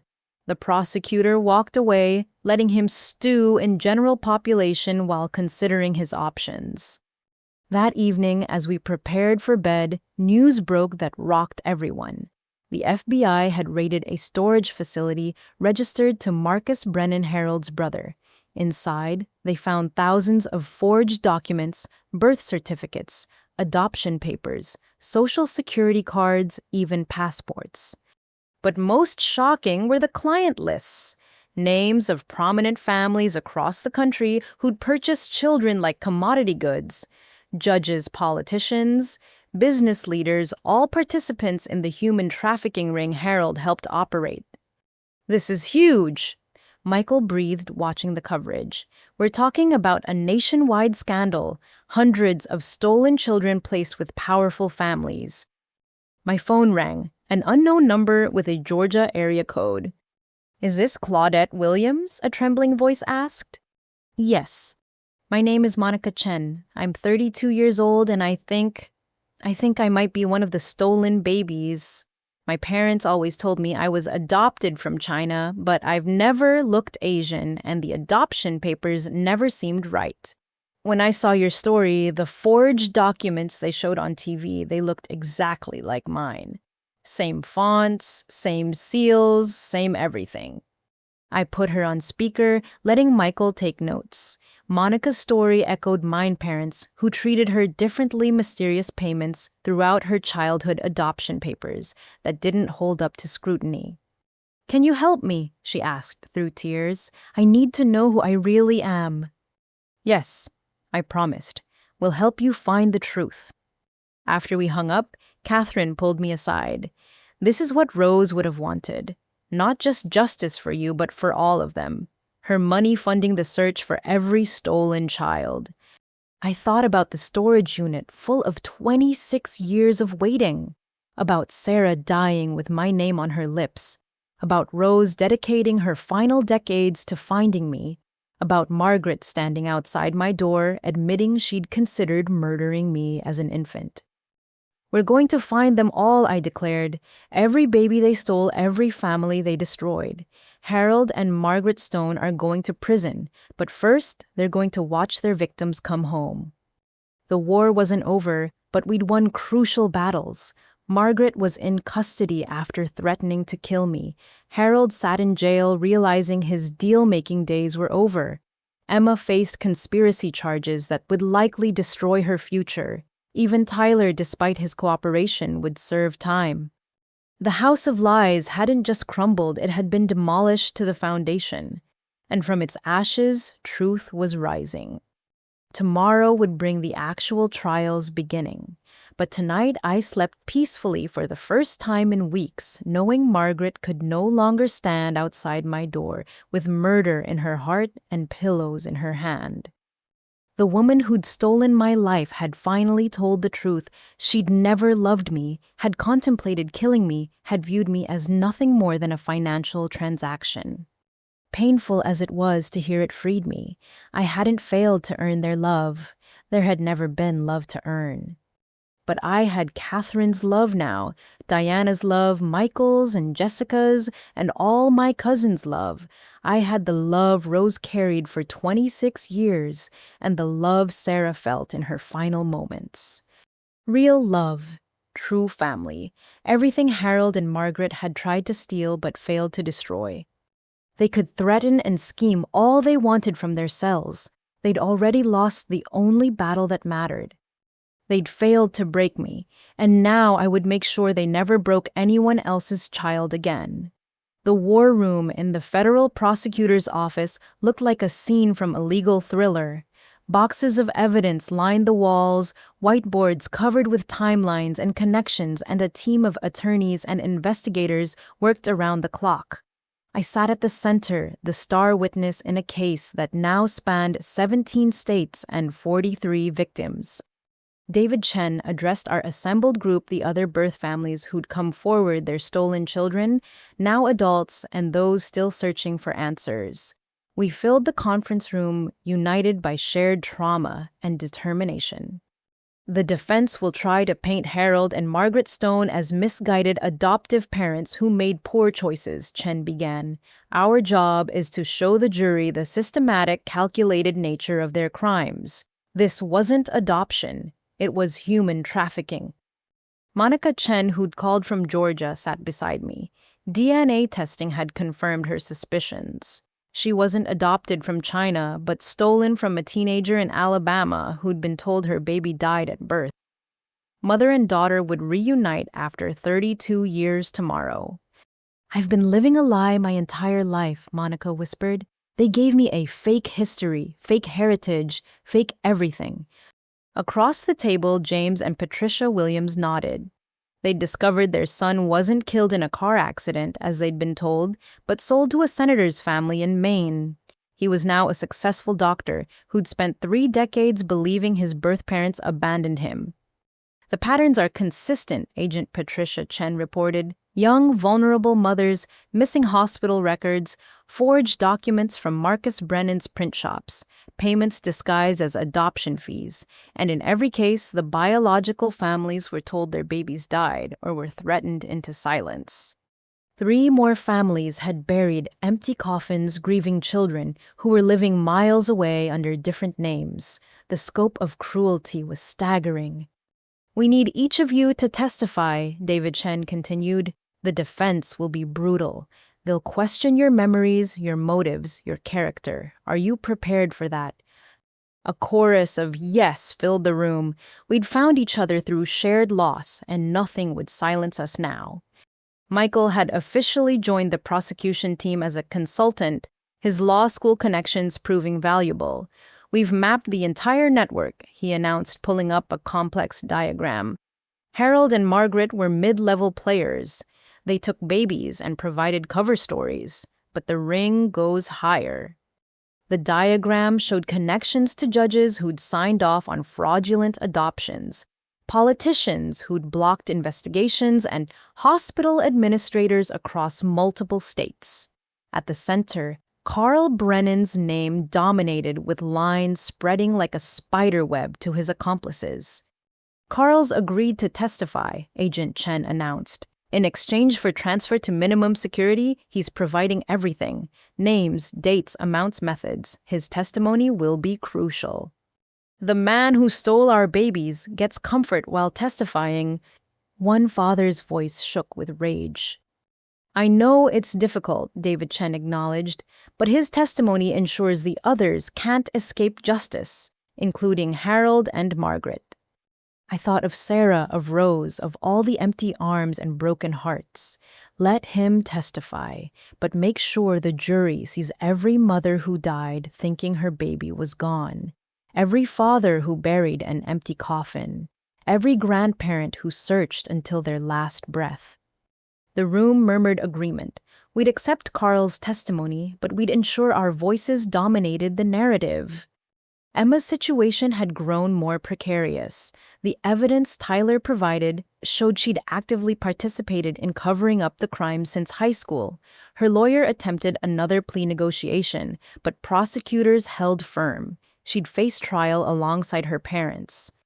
She made her choices, Diana said firmly when I expressed a flicker of sympathy. She found joy in your suffering. That's not teenage foolishness. That's cruelty. We spent days preparing testimony, reviewing evidence, practicing cross-examination scenarios. The defense team, led by notorious attorney Richard Blackstone, would attack our credibility, suggest false memories, imply financial motivation. They'll focus on the inheritance, Michael warned during prep.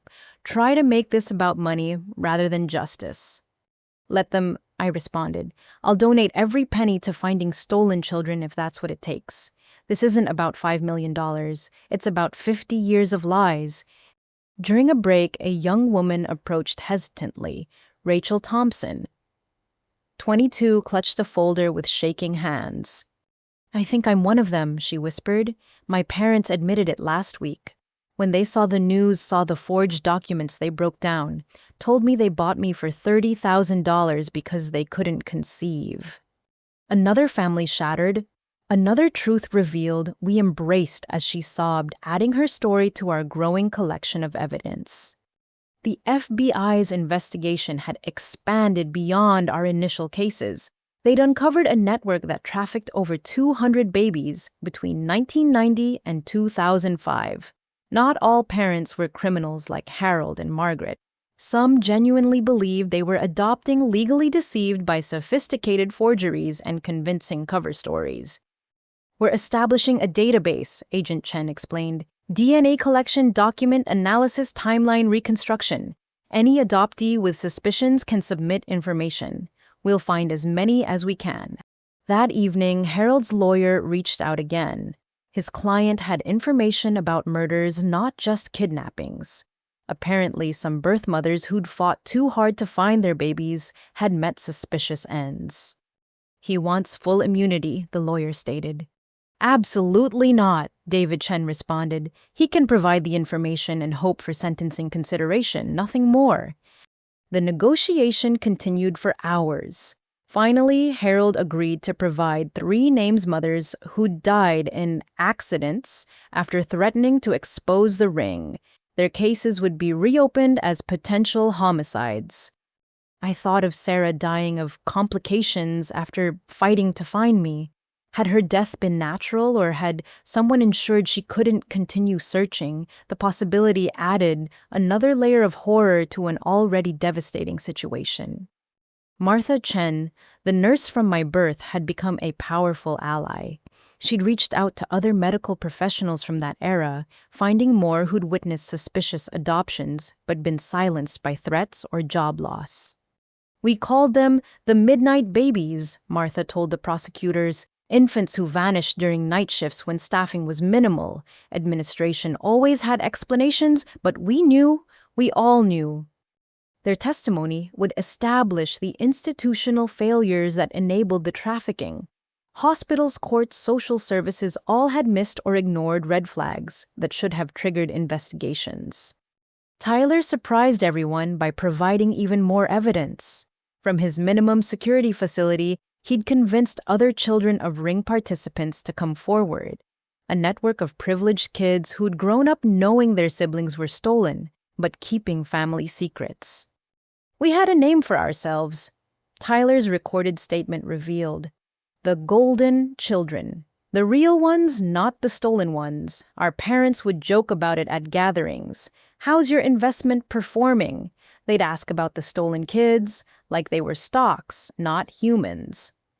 The recording revealed a subculture of entitlement and cruelty that turned my stomach. Children raised to see their stolen siblings as property investments conveniences. No wonder Emma had felt justified destroying evidence. She'd been taught I was less than human from birth. As trial approached, security became a concern. With powerful people, implicated threats had surfaced. The FBI assigned protection details to key witnesses, including me.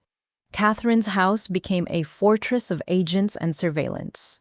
They're scared, Michael observed one evening reviewing the latest legal filings. The defense is throwing everything at the wall. Motions to suppress evidence, claims of mental incompetence, even suggesting the entire ring is a conspiracy theory. Good, I said. Let them panic. Let them feel what our mothers felt when their babies vanished. What our families felt when threatened into silence. What we felt growing up knowing something was wrong but being gaslit into doubting ourselves. The final pre-trial meeting brought together 47 victims and their biological families. We stood in a hotel ballroom, stolen children meeting birth parents, siblings embracing for the first time grandparents, crying over grandchildren they'd thought dead. Monica stood with her birth mother, their hands clasped, faces mirrors of each other. Rachel met 3 siblings who'd grown up setting a place for their missing sister every holiday. James discovered his parents had named a foundation after him, spending 30 years helping other families search for missing children. This is why we fight, David Chen addressed the room, not just for justice, but for reunion, for truth, for ensuring this never happens again. We formed support groups, exchanged contact information, began healing together. Some reconnections were joyful, others complicated by decades of separation and different lives, but all were united in demanding accountability. The night before trial, I couldn't sleep. Catherine found me in her kitchen at 3 a.m. reading Sarah's letter for the 100th time. She'd be so proud, Catherine said softly. You've done what she couldn't. You've exposed them all. I just wanted to know why they didn't love me, I admitted. Now I know it was never about me. I was just merchandise to them. Their inability to love says nothing about your worth. Catherine pulled me close. Sarah loved you. Rose loved you. We love you. That's your truth. Tomorrow we'd enter a courtroom where Harold and Margaret would sit in their expensive suits, trying to maintain the facade of respectability. Emma would play the victim one more time. Their lawyers would attack us with every legal weapon available. But we had something more powerful than their money or connections. We had the truth. We had each other. And we had the memory of every mother who died with empty arms, every father who searched until hope faded, every grandparent who never gave up. The trafficking ring had stolen our beginnings, but it wouldn't steal our endings. Justice was coming carried by 47 voices speaking as one. We were not merchandise. We were not investments. We were children who deserved love, not ledger entries. And tomorrow, the world would hear us roar. The federal courthouse bustled with media and security as the most extensive human trafficking trial in decades began. I sat in the witness preparation room, hands steady despite the magnitude of what lay ahead. Today, Harold and Margaret Stone would finally face justice, but first they'd face me. Remember, David Chen coached one final time, answer only what's asked. Don't volunteer information. If you need a break, say so. The defense will try to rattle you, make you emotional. Stay calm. Stick to facts. The courtroom was packed. 47 victims and their families filled the gallery, a sea of stolen lives demanding justice.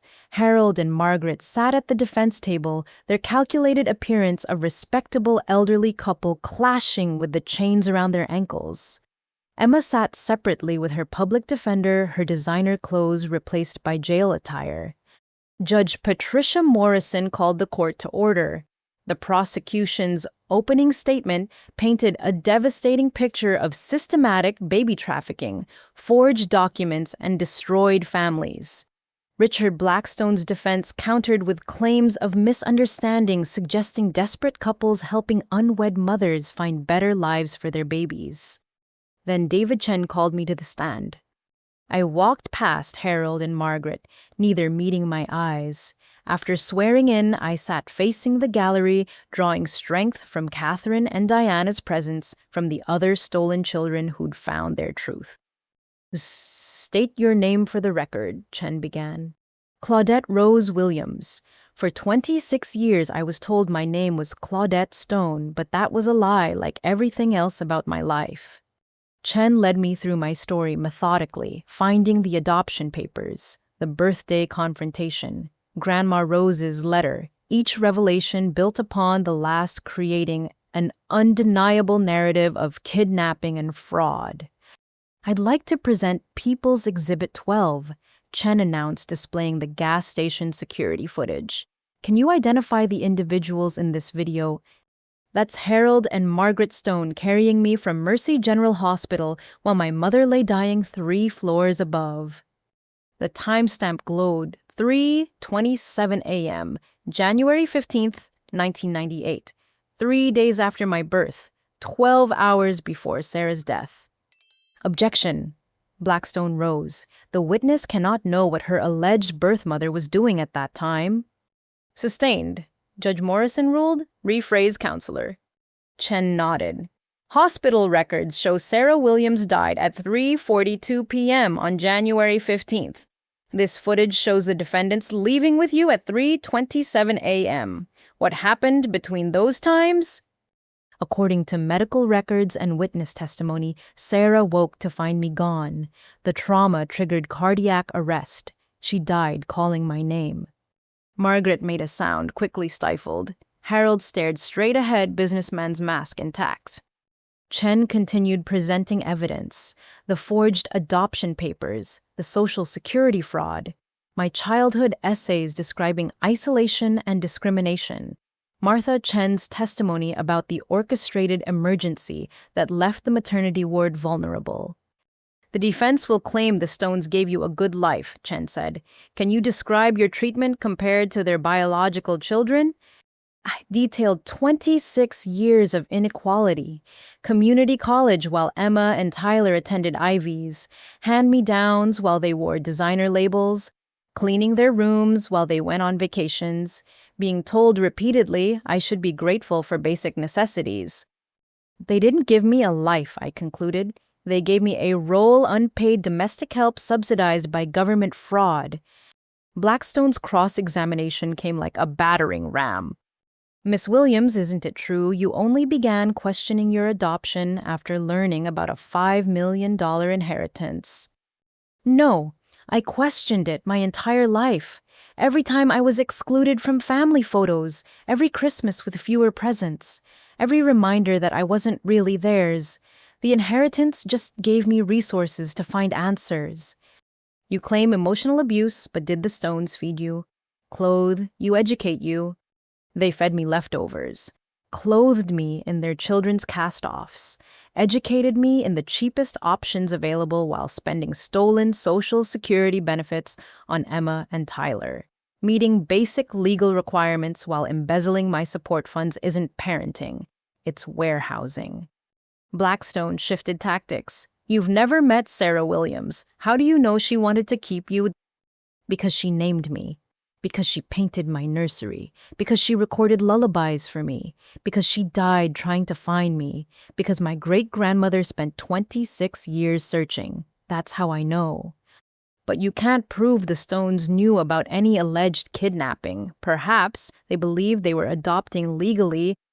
Chen objected, but Blackstone continued. Isn't it possible they were victims too deceived by Carl Brennan?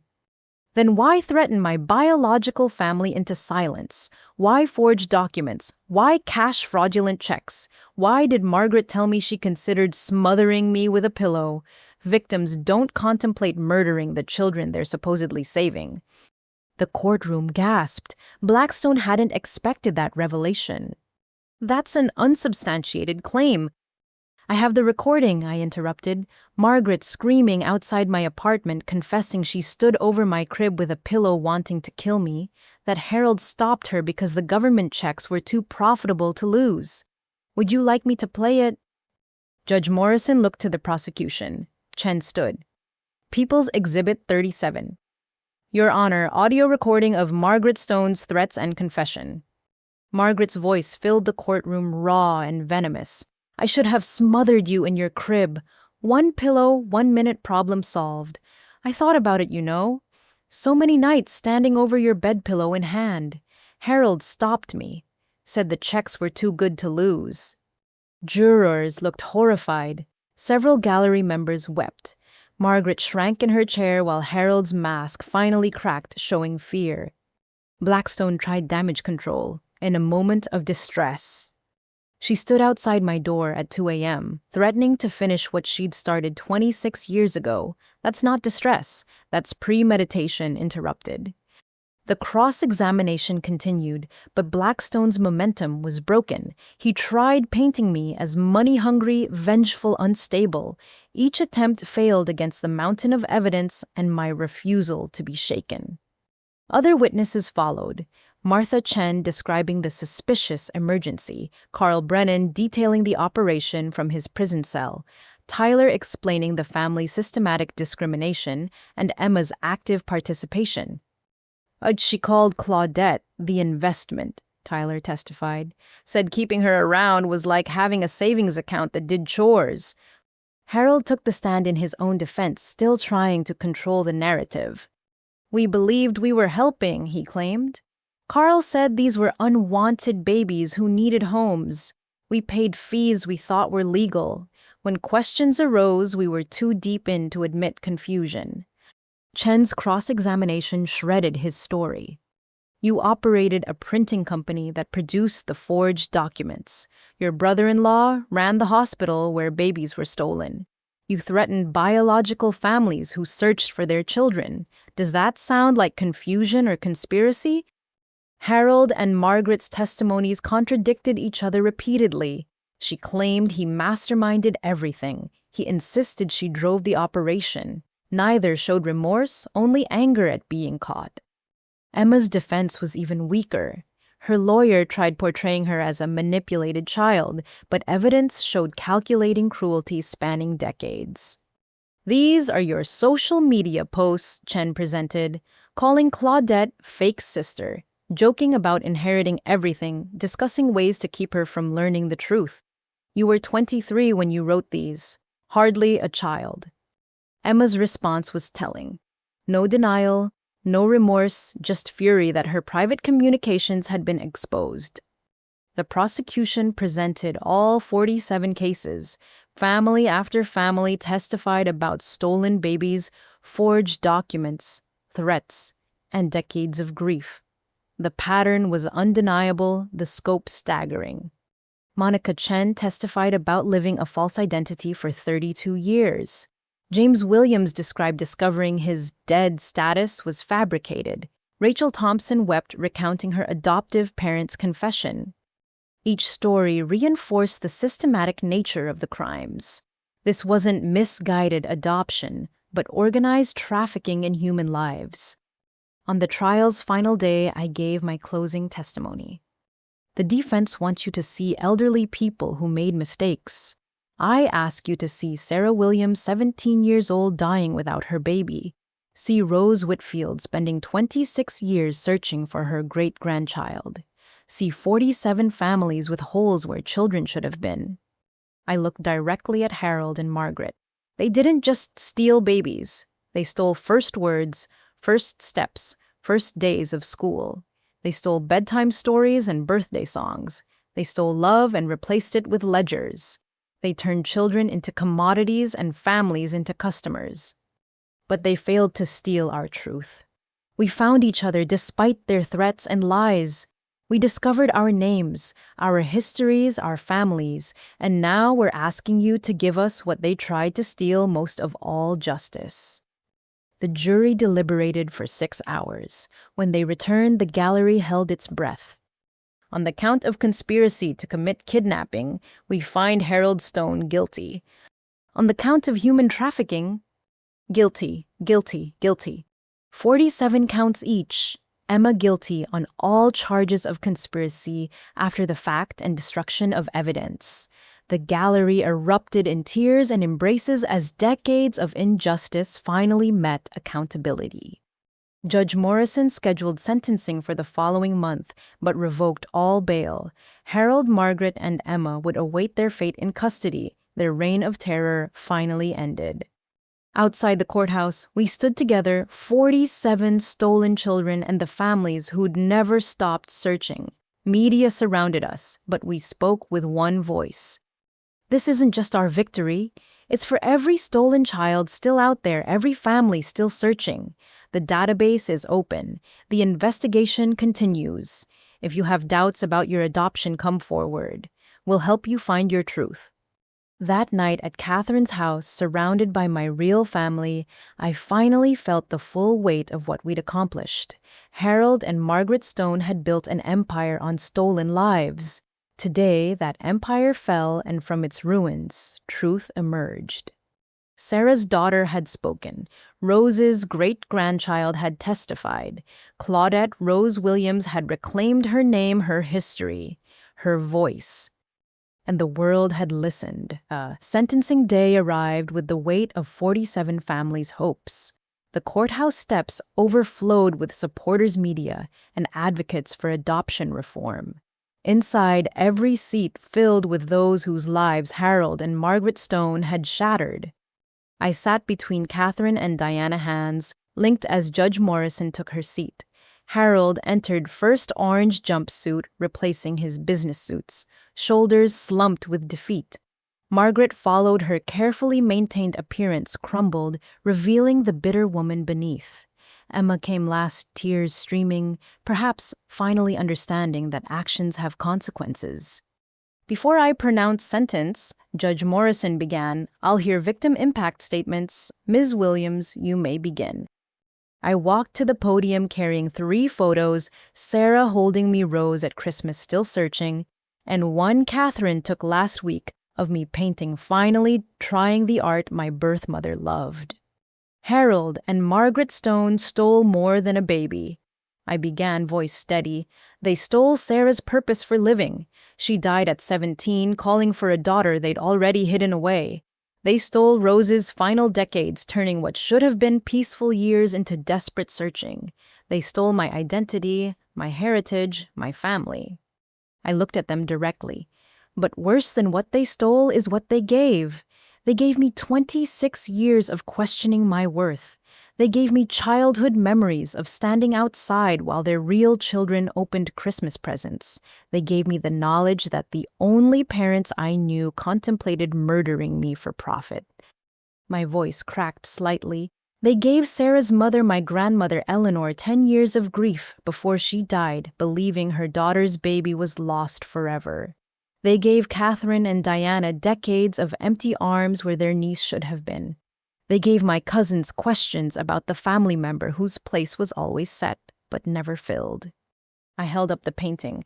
Last week, I painted for the first time. I'm terrible at it, but my aunt says I hold the brush like Sarah did. That's called genetic memory, something Harold and Margaret tried to steal but couldn't. Because truth has a way of surfacing like bodies in water. And here we are. Harold and Margaret Stone. I concluded, you asked me to call you Mom and Dad while cashing checks in my dead mother's name. You demanded gratitude for basic survival while spending my support money on your biological children. You threatened murder when your crimes came to light. Today, I don't ask for your love you never had to give. I demand justice for the love you stole from those who did.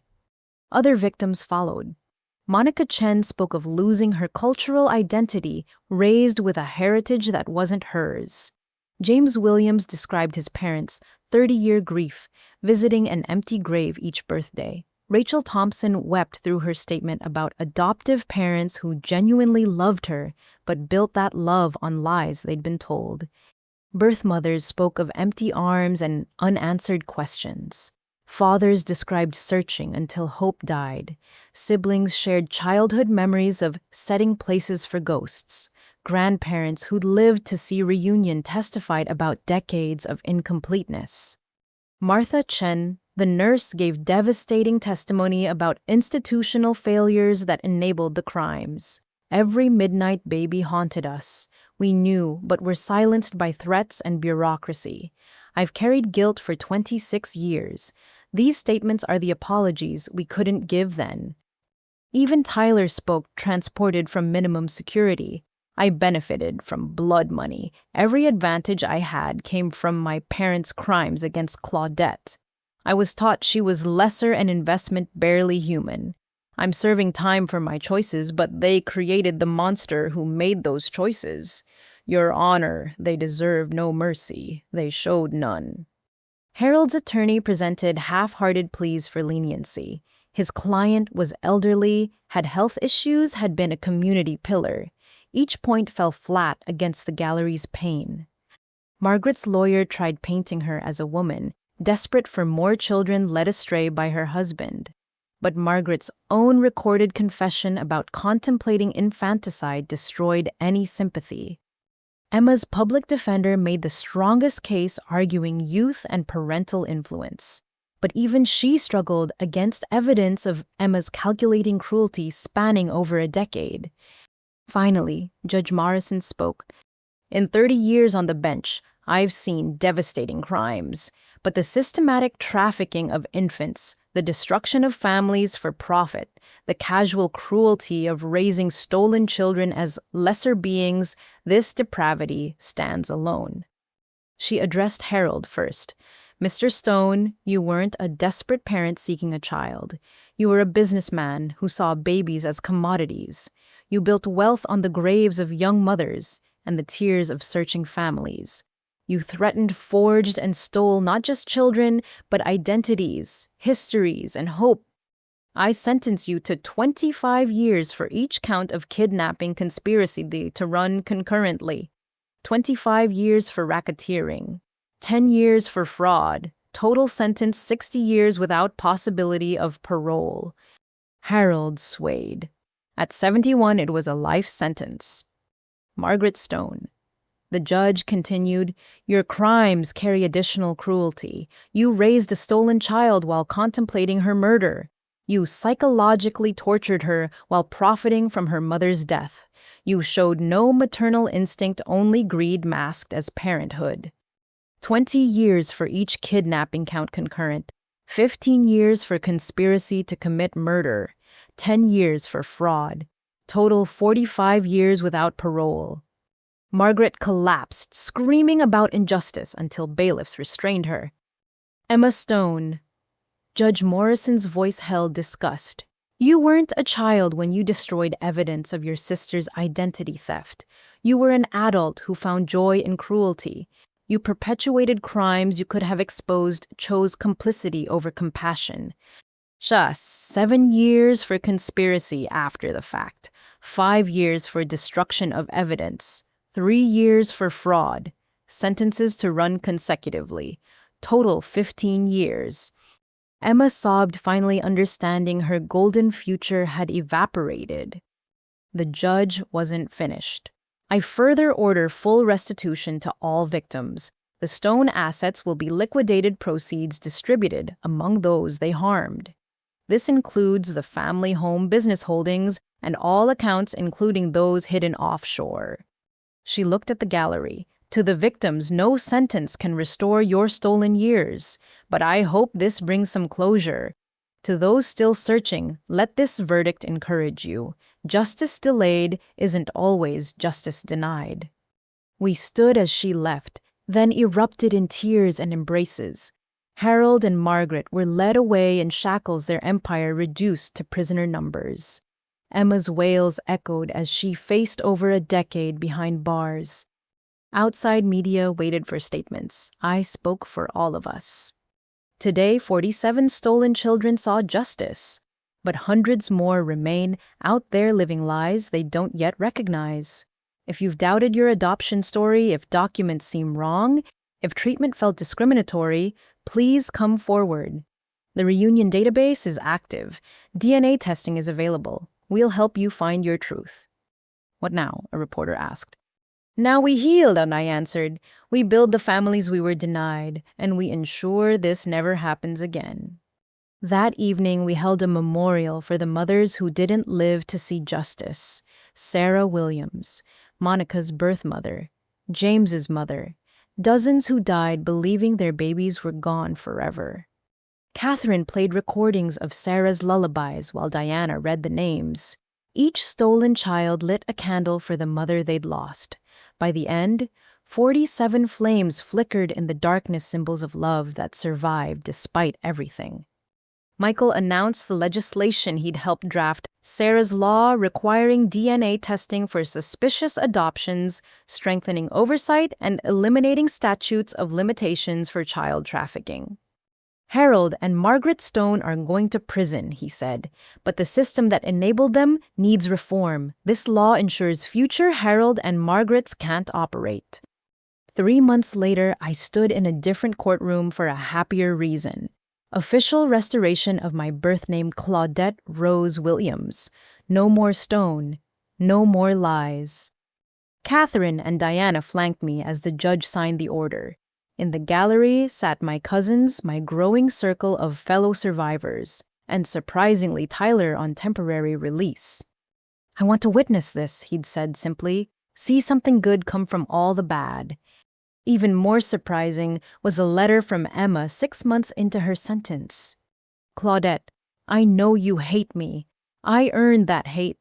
Prison's given me time to think without my parents' poison. I was evil to you, not misguided or influenced, evil. I found joy in your pain and I'm sorry. Not expecting forgiveness, just needed you to know. You deserved better from all of us. Emma. I kept the letter but didn't respond. Some bridges couldn't be rebuilt from their ashes. A year later, at the dedication of the Sarah Rose Foundation's new building, 200 stolen children had been reunited with biological families. The database had grown to include international cases spreading justice beyond borders. Monica Chen cut the ribbon, having become an advocate for adoption reform. James Williams announced medical scholarships for children from disrupted families. Rachel Thompson had started a support group for adoptees discovering difficult truths.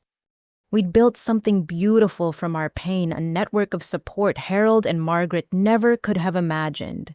Love multiplied where they'd tried to divide. In my speech, I held up a painting, my skills slowly improving under Jessica's tutoring. It showed a sunrise over a garden where 47 candles burned eternally bright. Harold and Margaret Stone tried to steal our beginnings, I said. They succeeded for a while, but they couldn't steal our endings. We wrote those ourselves in courtrooms and living rooms, in tears and triumphs, in DNA tests and databases, in 47 voices saying, we survived, we found each other, we won. The applause was thunderous, but I heard something else in it. Sarah's lullabies, Rose's prayers, Eleanor's hope. The echo of all the mothers who'd loved us before we were stolen whispering across time. Welcome home. Harold would die in prison 4 years later alone. Margaret would survive another decade, reportedly spending her days writing appeals no one would hear. Emma would serve her full sentence, emerging to find a world that had moved on without her. But we barely noticed their fates. We were too busy living, loving, and making up for 26 stolen years. Too busy being the families they'd tried to prevent. In the end, Harold and Margaret Stone's legacy wasn't the empire they built on stolen children. It was the foundation we built on its ruins, the families reformed from its ashes, the love that survived its cruelty. They tried to steal everything. They couldn't steal our truth. And truth, as I'd learned, always finds its way home. The Sarah Rose Foundation's headquarters stood where Harold's printing company once operated.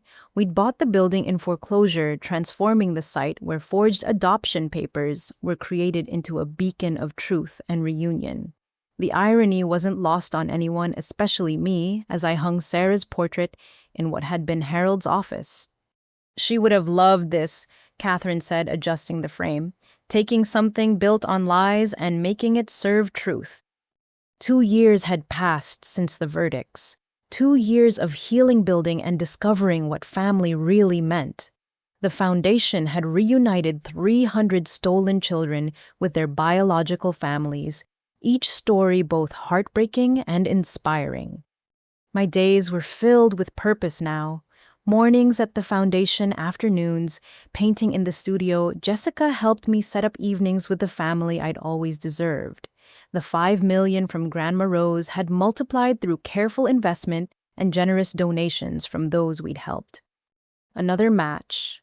Michael announced, entering with DNA results. He'd passed the bar with honors and now served as the foundation's legal director. Twins in Oregon.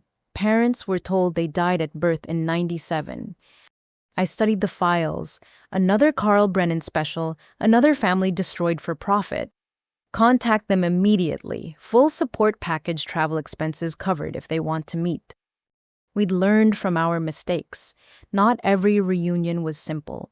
Some adoptive families had genuinely loved their children, devastated to learn they'd been deceived.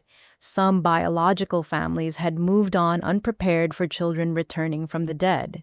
We provided counseling, mediation, and support for all outcomes. The painting studio occupied the building's top floor, natural light flooding through windows that once held Harold's executive blinds.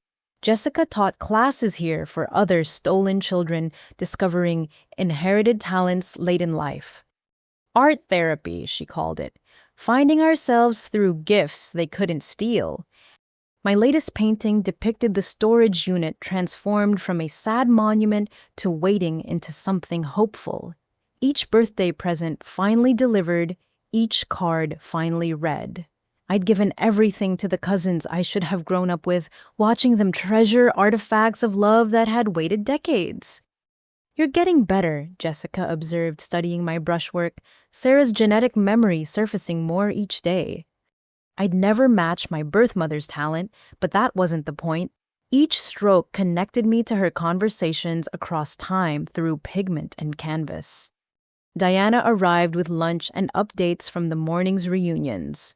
The Martinez family met their daughter today, 34 years after being told she died.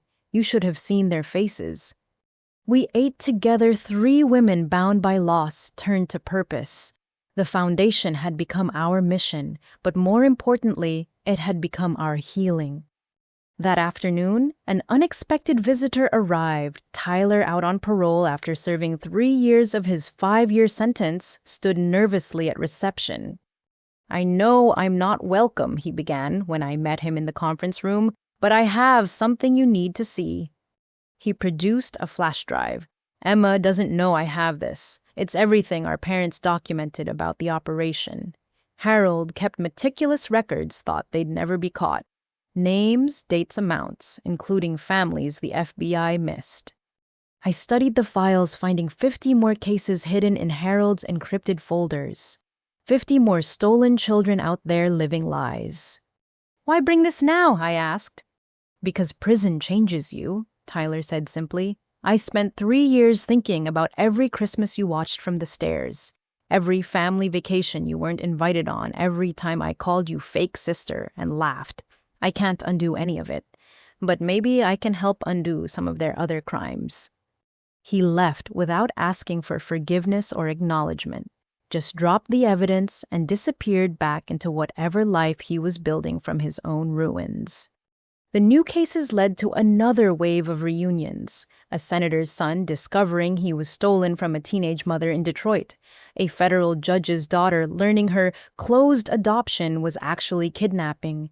The ripples spread wider, reaching into society's highest levels. One case particularly moved me.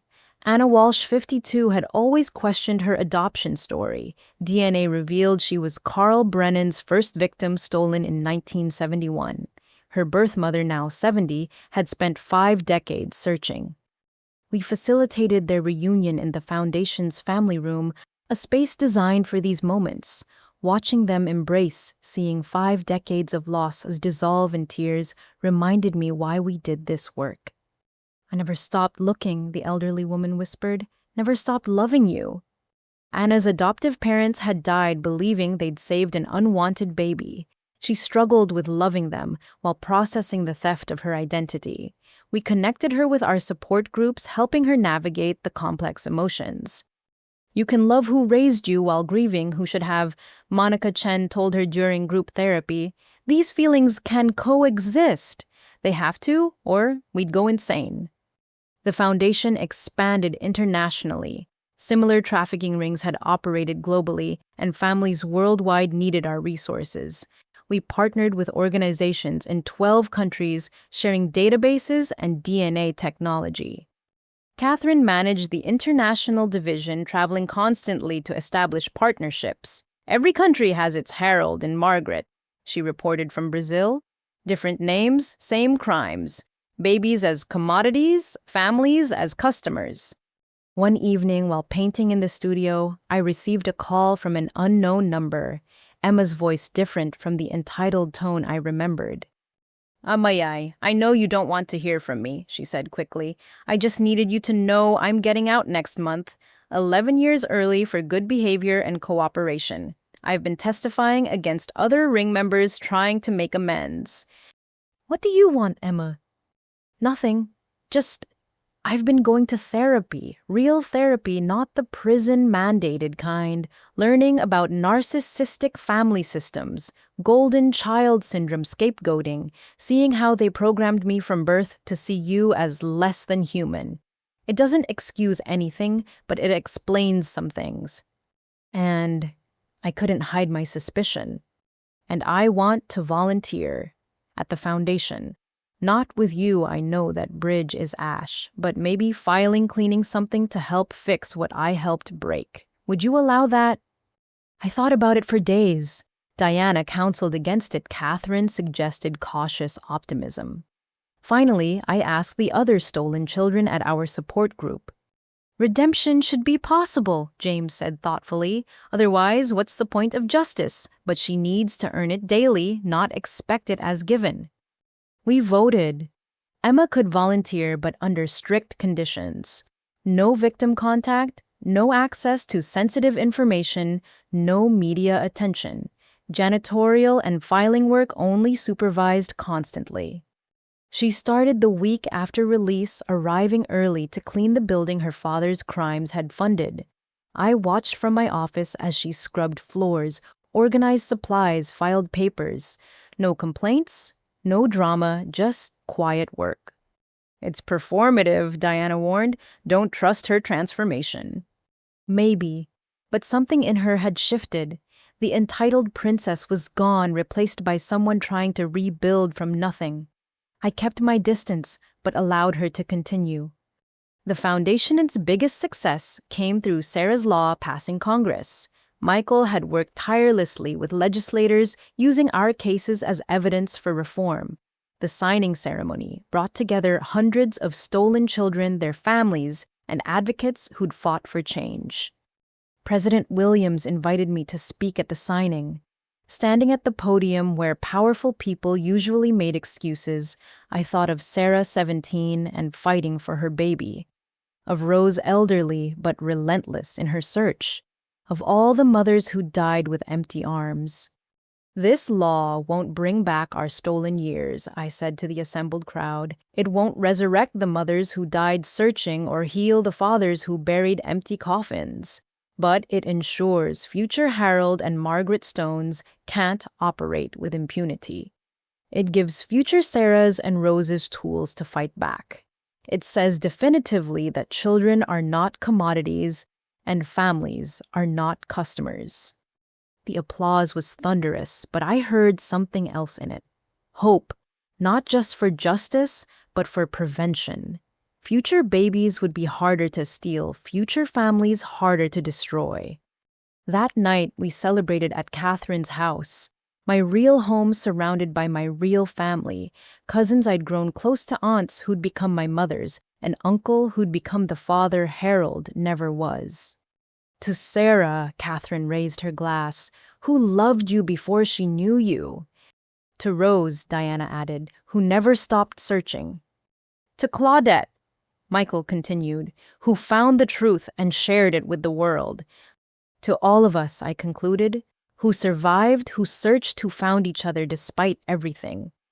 We drank to the dead and the living, to justice served and reunions achieved, to the family they'd tried to steal but only delayed. Later, alone in Jessica's old room that had become mine, I pulled out the cassette player. Sarah's voice, young and hopeful, sang lullabies to her unborn child. To me. Hey, little one, her recorded voice whispered between songs. Mommy's here. I'll always be here. And through the foundation, through the paintings, through every reunion we facilitated, she was. Sarah lived in every stolen child who found their way home, every family rebuilt from ashes, every truth revealed despite decades of lies. Harold and Margaret Stone had stolen 26 years of my life.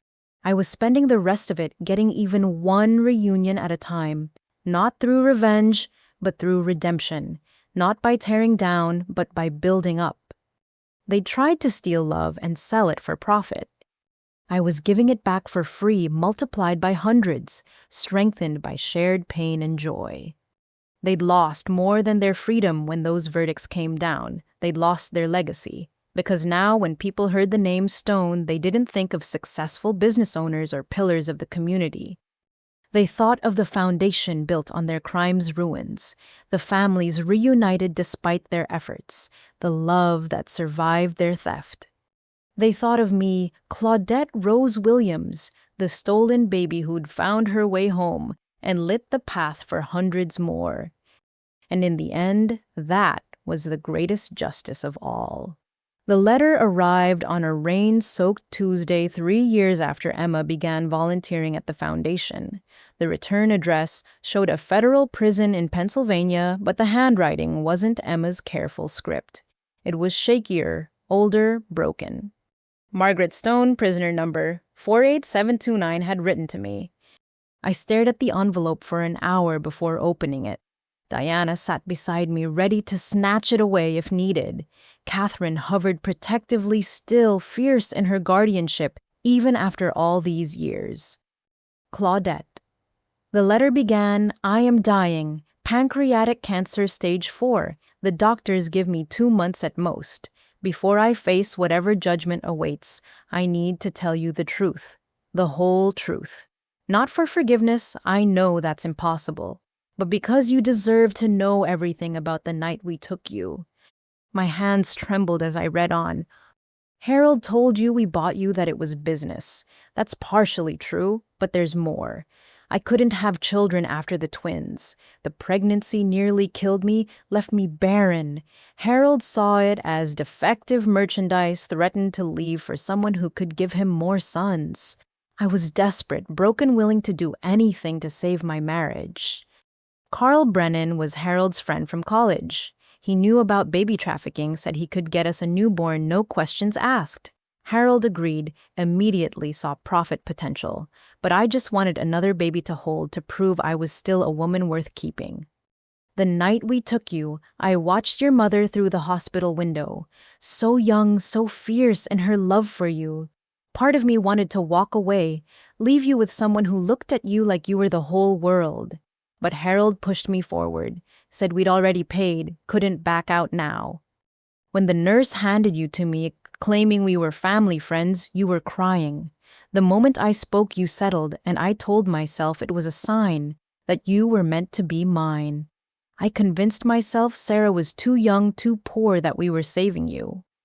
but you never felt like mine. Every cry sounded like accusation. Every smile felt stolen.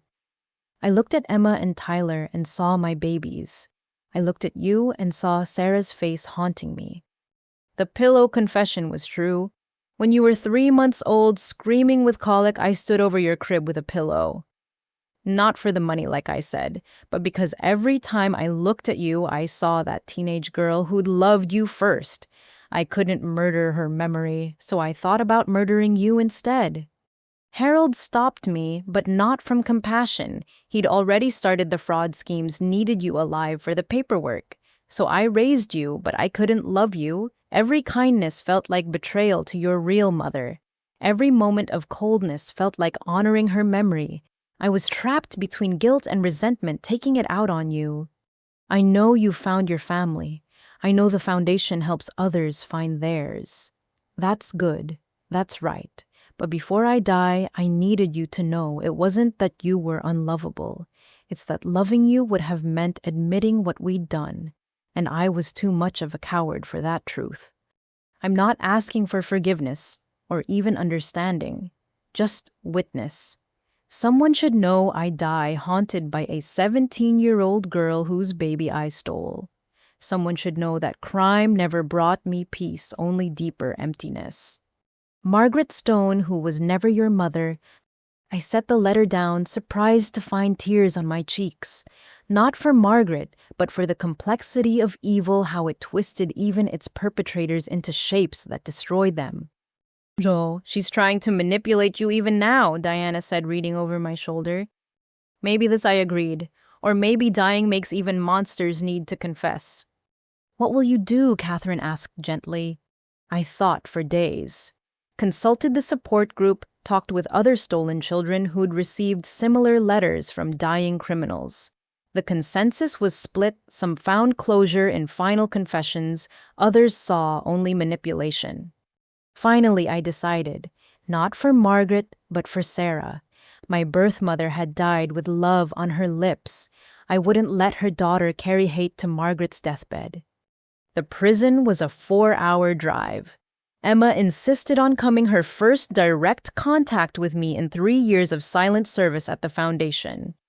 You don't have to do this, she said as we passed through security. I know, that's why I can. Margaret lay in the prison infirmary, a shadow of the woman who terrorized my childhood. Cancer had stolen the flesh from her bones, the authority from her voice. She looked like what she was, a dying criminal facing her final judgment. You came, she whispered. Sarah would have wanted me to, I replied, taking the visitor's chair. She died with love. I won't dishonor that with hate. Margaret's eyes filled with tears. I dream about her every night, 17 years old, asking where her baby is. I wake up trying to answer but can't speak. Good, Emma said coldly. You should suffer. I looked at Emma, surprised by the venom. She'd been working so hard at redemption. She destroyed us all, Emma continued. You, me, Tyler, Dad, even herself, all for pride and greed. Emma. Margaret reached out weakly. No. Emma stepped back.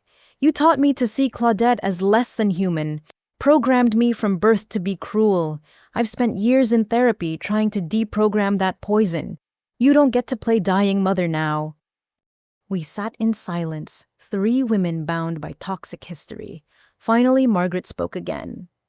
The other families, from Harold's files, there's a safety deposit box in Burlington, keys hidden in his office behind the portrait.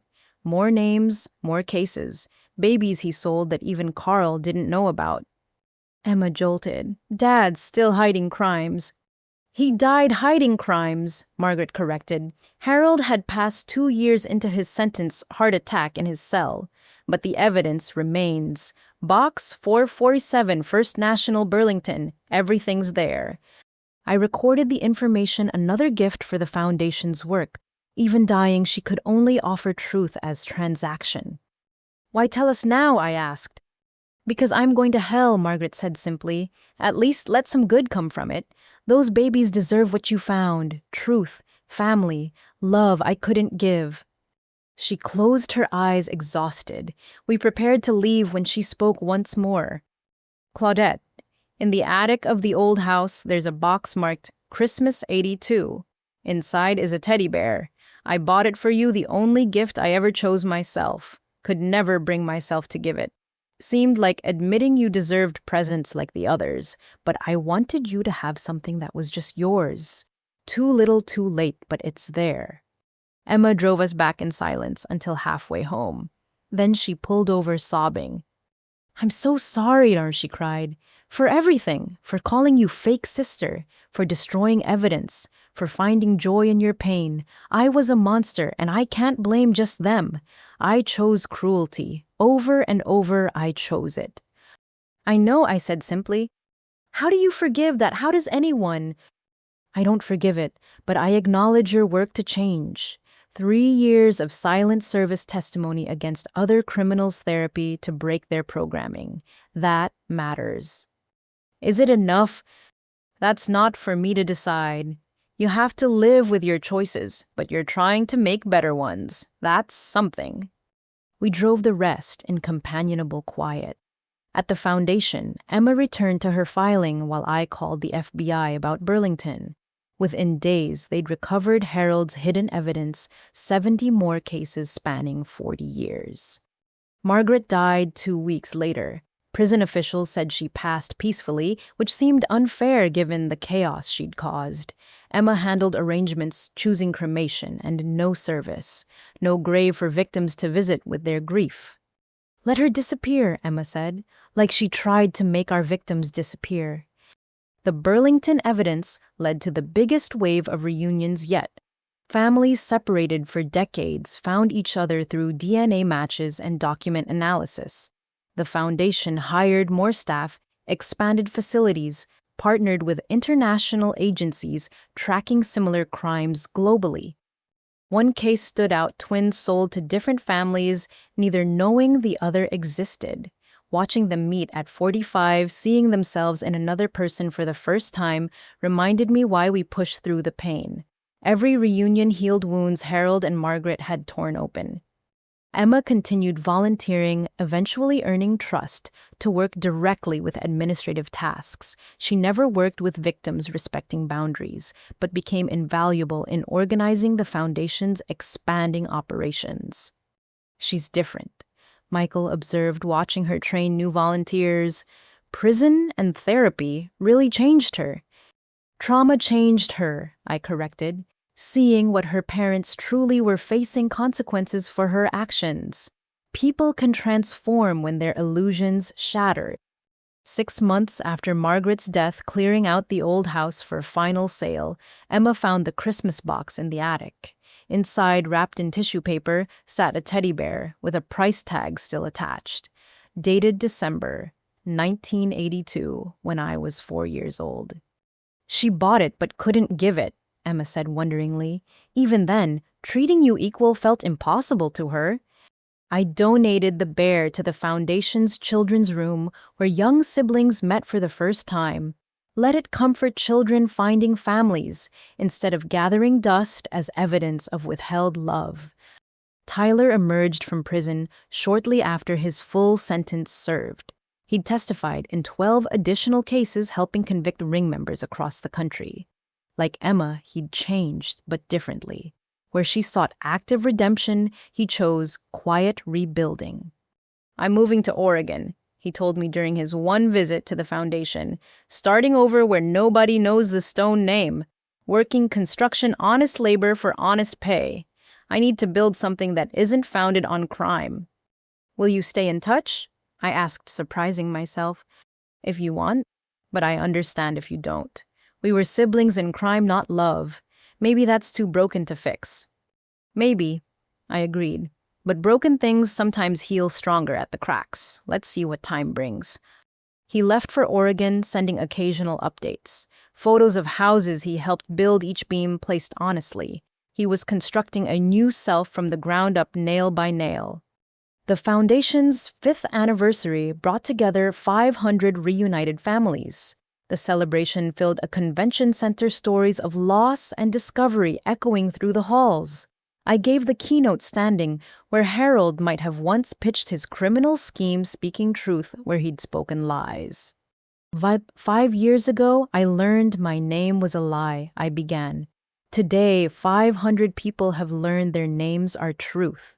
We've turned Harold and Margaret Stone's empire of deception into a foundation of revelation. Every forged document they created, we've countered with DNA evidence. Every family they severed, we've helped reconnect. Every lie they told, we've answered with truth. The applause was deafening, but I wasn't finished. Margaret Stone died believing she was going to hell. Maybe she was right, but if so, she goes knowing her crimes birthed their own justice. Every reunion we facilitate denies their power. Every truth we reveal diminishes their lies. They tried to steal love and sell it. We're giving it back freely, endlessly, proving love isn't commodity but birthright. Emma stood at the back, tears streaming as she applauded with the rest. She'd found her own redemption in service, spending every free moment at the foundation, not seeking forgiveness, but earning transformation. That night at the after-party, a woman approached hesitantly. "I'm Laura Chen, Monica's mother, the one who thought her baby died. I wanted to thank you personally. Without your courage to speak truth, I'd have died believing my daughter was gone." One by one, birth parents approached, thanking me for exposing the network that stole their children. Each handshake, each tearful hug, each whispered gratitude added weight to the truth. Margaret's confession had been real. She died haunted by every mother whose baby she'd helped steal. Good. Let ghosts of grieving mothers follow criminals to whatever judgment awaited. Let the cries of searching families echo in their final moments. Justice wasn't just prison sentences, but eternal consequences. Later, alone in my apartment, I pulled out the photo album Catherine had made. 5 years of foundation events, reunions, celebrations. My real life started at 28, built on ashes of the false one. There I stood with Monica at her wedding to a man who loved her true self, not her false identity. With James at his parents' 50th anniversary, their family finally complete. With Rachel at her adoptive parents' funeral, grieving those who'd loved her despite the lies they'd been told. And throughout my own family, Catherine and Diana, constants in my rebirth. Michael and Jessica and all my cousins teaching me daily what family meant. Even Emma and Tyler, broken siblings finding their own paths to redemption. The last photo showed me at an easel painting Sarah's portrait from memory and genetics. I'd never match her talent, but I'd found my own. Not in brush strokes, but in rebuilding what Harold and Margaret had destroyed. In turning their weapons of forged documents and false identities into tools of truth and reconciliation. They'd tried to steal everything. In the end, they'd created their own judgment. A foundation bearing their victim's name. Hundreds of families reunited through their exposure. Children they'd commodified becoming advocates for justice. Their own biological children choosing redemption over legacy. And me. Claudette Rose Williams, the stolen baby who'd found her way home and lit the path for hundreds more, living proof that love survived their theft, truth overcame their lies, and justice eventually found its way to their door. Margaret died haunted by mother's ghosts. Harold died alone in a cell built by his schemes. Their empire became our foundation. In trying to steal everything, they'd lost it all. In finding truth despite their lies, we'd gained more than they could imagine. Each other, family, love multiplied by shared pain, transformed to purpose. They'd tried to steal babies and sell them like products. Instead, they'd created an army of truth seekers who would spend lifetimes undoing their damage. And that more than any prison sentence was justice served. 5 years had passed since the verdicts that changed everything. I stood in the same courtroom where Harold and Margaret Stone had been sentenced, but this time I was here as an attorney. The bar exam results had arrived last month, making official what 3 years of night school had built Claudette Rose Williams Esquire, specializing in family law and adoption justice. "Oh, all rise for the Honorable Judge Patricia Morrison," the bailiff announced. The same judge who'd sentenced my kidnappers now smiled as I approached the bench for my first case as a licensed attorney. I represented Maria Santos, whose daughter had been stolen 30 years ago and sold to a wealthy family in Connecticut. We'd found them through the Foundation's database, and now Maria sought legal recognition of her maternal rights. "Counselor Williams," Judge Morrison nodded, "I've watched your journey from victim to advocate. It's an honor to see you stand here seeking justice for others." The case was straightforward. DNA evidence, documentary proof, and the adoptive family's cooperation made reunification possible. As I argued for my client's rights, I thought of Sarah, who never got the chance to fight for me in court. Every case I took honored her memory. After the favorable ruling, Mariah embraced me in the hallway. "You gave me back my daughter. How do I thank you for that?" By living the life they tried to steal, I answered the Foundation's unofficial motto: "Every day you spend together denies their power." My phone buzzed with a text from Daniel Morrison, James's son, who'd helped crack Harold's financial crimes. We'd grown close during the investigation, friendship becoming something more as shared purpose evolved into shared life. "Dinner at 7, I have news," his message read. I smiled, knowing what news meant. The FBI had been recruiting him for their expanded trafficking division. If he accepted, we'd be working parallel missions, me in courtrooms, him in investigations, both dedicated to prevention and reunion. The Foundation had evolved beyond our original mission. We now operated a legal clinic, providing free representation for trafficking victims. Jessica ran an art therapy program serving 200 participants. Michael had become a national expert on adoption law reform, testifying before Congress about necessary changes. Emma, remarkably, had earned a social work degree while continuing her volunteer work. She'd applied to officially join the Foundation staff specializing in perpetrator rehabilitation. "Former perpetrators need specific support to break patterns," she'd argued in her interview. "Who better to guide them than someone who's walked that path?" The board had debated fiercely. Some victims couldn't forgive her past cruelty. Others saw her transformation as proof that redemption was possible. In the end, we voted to hire her on probation, working exclusively with criminal families seeking to make amends. She'd thrown herself into the work with desperate dedication, as if each family helped might balance the scales of her own cruelty. Tyler visited monthly from Oregon, where he'd started a construction company hiring former inmates. The Stone children had chosen radically different paths than their parents intended. That evening, Daniel and I met at the small Italian restaurant where Catherine and Diana had first told me about Sarah. He was nervous, fidgeting with something in his pocket. "I got the FBI position," he began, "leading the new trafficking prevention unit, but that's not the only news." He pulled out a small velvet box, hands trembling slightly.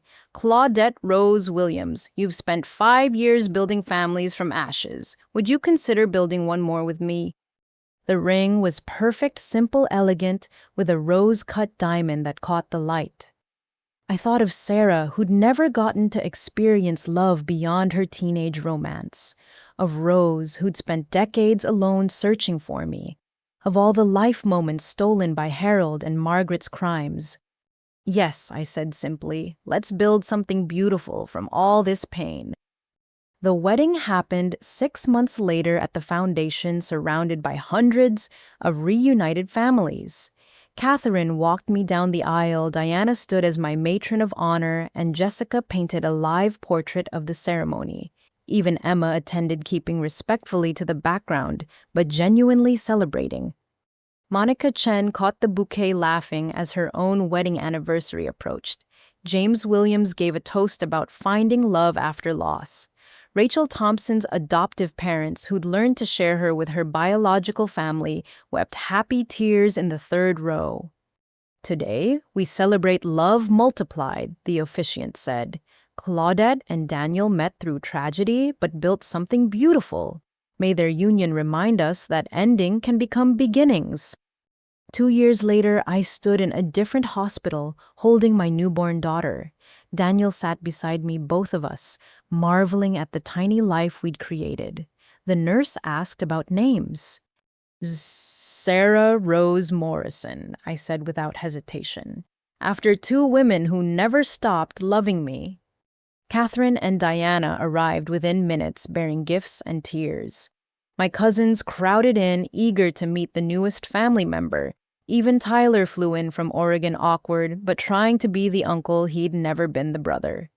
She has your eyes, Jessica observed, already sketching the baby's first portrait. And look how she holds her fingers. Artistic hands, for sure. Emma sent a card from the foundation where she was mediating another perpetrator family's attempt at amends. She'd respected my boundaries about direct contact during pregnancy, understanding some relationships needed careful distance. May she know only love, her card read, the kind we should have given from the start. Little Sarah grew surrounded by the family Harold and Margaret had tried to steal. Her first birthday party overflowed with adopted aunts, uncles and cousins who'd found each other through shared loss. The foundation's children's room became her second nursery as I balanced legal practice with motherhood. By her third birthday, the foundation had reunited 800 families. The reunion database had gone international, connecting trafficking victims across 40 countries. Sarah's law had been strengthened twice, making child trafficking harder and prosecution easier. During a quiet moment at her party, I found myself in the foundation's archive room looking at photographs from the past decade. There was Margaret's mugshot, Harold's arraignment photo, Emma's tear-stained face at sentencing. But surrounding those dark images were hundreds of reunion photos. Families embracing siblings, meeting grandparents holding grandchildren they'd thought dead. "Mama, why you crying?" Little Sarah toddled over, concern on her tiny face. "Happy tears, baby," I assured her, lifting her up. "Sometimes we cry when good things happen after bad things." She considered this with 3-year-old seriousness. Like when I fall down but then get up. Exactly like that. Daniel found us there, adding his arms to our embrace. "The news crew's here for the anniversary special. Ready." 10 years after discovering my truth, I sat for an interview about the foundation's impact. The reporter asked predictable questions about forgiveness, healing, and moving forward. "People assume I've forgiven Harold and Margaret," I said carefully. "I haven't. Some crimes don't deserve forgiveness, but I've transformed my anger into purpose. Every family we reunite denies their legacy. Every truth we reveal diminishes their lies." What would you tell other stolen children still out there? That their feelings are valid. If something feels wrong about your story, investigate. If documents seem forged, test them. If treatment felt discriminatory, it probably was. Trust your instincts and know we're here to help find your truth. Any regrets? I thought carefully. I regret the 26 years lost, the moments with Sarah and Rose that were stolen. But I don't regret exposing the truth. That revelation led to 800 reunions and counting. It led to legal reforms protecting future children. It led to my daughter being born into a world where stealing babies is harder and consequences are real. After the interview, I returned to my office where a new case waited. Another adult discovering their adoption was actually trafficking. Another family seeking truth and justice. Another opportunity to honor Sarah and Rose through action. My assistant knocked, reminding me about the afternoon's proceedings. I was due in court to argue for expanded victim rights in trafficking cases. Judge Morrison presiding again, the cycle of justice continuing. But first, I stopped at the memorial wall we'd built for the mothers who didn't live to see their children found. Sarah Williams's name stood first forever, 17 forever searching. I touched her nameplate as I did every morning, a ritual of remembrance and promise. I found my way home, I whispered, and I'm bringing everyone else with me. The elevator carried me down through the building Harold's crimes had built and we'd transformed, past Jessica's art therapy studio where stolen children discovered inherited talents, past Michael's legal clinic where justice became accessible, past Emma's mediation rooms where perpetrator families faced their crimes, out into the sunlight where Daniel waited with little Sarah ready to walk me to court, my husband, my daughter, my purpose aligned in this moment of clarity. Harold and Margaret Stone had tried to steal everything. They'd succeeded for 26 years, but truth, like water, always finds its way through cracks. And when it finally burst free, it swept away their empire of lies, leaving behind something they never expected. A foundation of love built on their crimes' ruins. Hundreds of families rebuilt from their destruction. Laws rewritten to prevent future Harold and Margarets. And me, their stolen daughter, who'd become their undoing. They'd created their own judgment with every baby stolen, every family destroyed. That judgment lived now in every reunion, every reformed law, every child born into truth instead of trafficking. As I entered the courthouse, little Sarah's hand in mine, I thought of teenage Sarah dying without her baby, of elderly Rose searching until her last breath, of all the mothers and fathers and grandparents whose love survived theft and lies and decades of separation. They'd won. Love had won. Truth had won. And I would spend the rest of my life making sure it kept winning, one case at a time, one reunion at a time, one saved child at a time. Because that's what you do when someone tries to steal everything and fails. You take what they broke and build something beautiful. You transform their weapons into tools of healing. You turn their victims into victors. And you never ever let them win. "Ready, counselor?" Daniel asked as we climbed the courthouse steps. "Always," I replied, thinking of Sarah and Rose and the 800 families we'd helped find truth. Justice doesn't serve itself. Inside, another stolen child waited for legal recognition. Another family sought reunification. Another piece of Harold and Margaret's legacy crumbled to dust. And I was there for all of it. Attorney Claudette Rose Williams Morrison, the baby they'd stolen, the woman they'd underestimated, the truth seeker they'd created through their crimes. Living my best revenge, a life filled with love, purpose, and justice. A life that honored the dead and served the living. A life that proved every single day that they'd failed at the only theft that mattered. They couldn't steal our truth, and truth, I'd learned, always finds its way home. As I finished sharing my story in court that day, winning another reunification case, I thought about everyone watching, reading, listening to stories like mine. Maybe you've wondered about inconsistencies in your own adoption story. Maybe you felt that nagging sense that something wasn't quite right. Maybe you've been told you're ungrateful for questioning the narrative you've been given. Trust your instincts. Truth has a way of surfacing no matter how deeply it's buried. To those who've discovered they were stolen, you are not alone. Your pain is valid.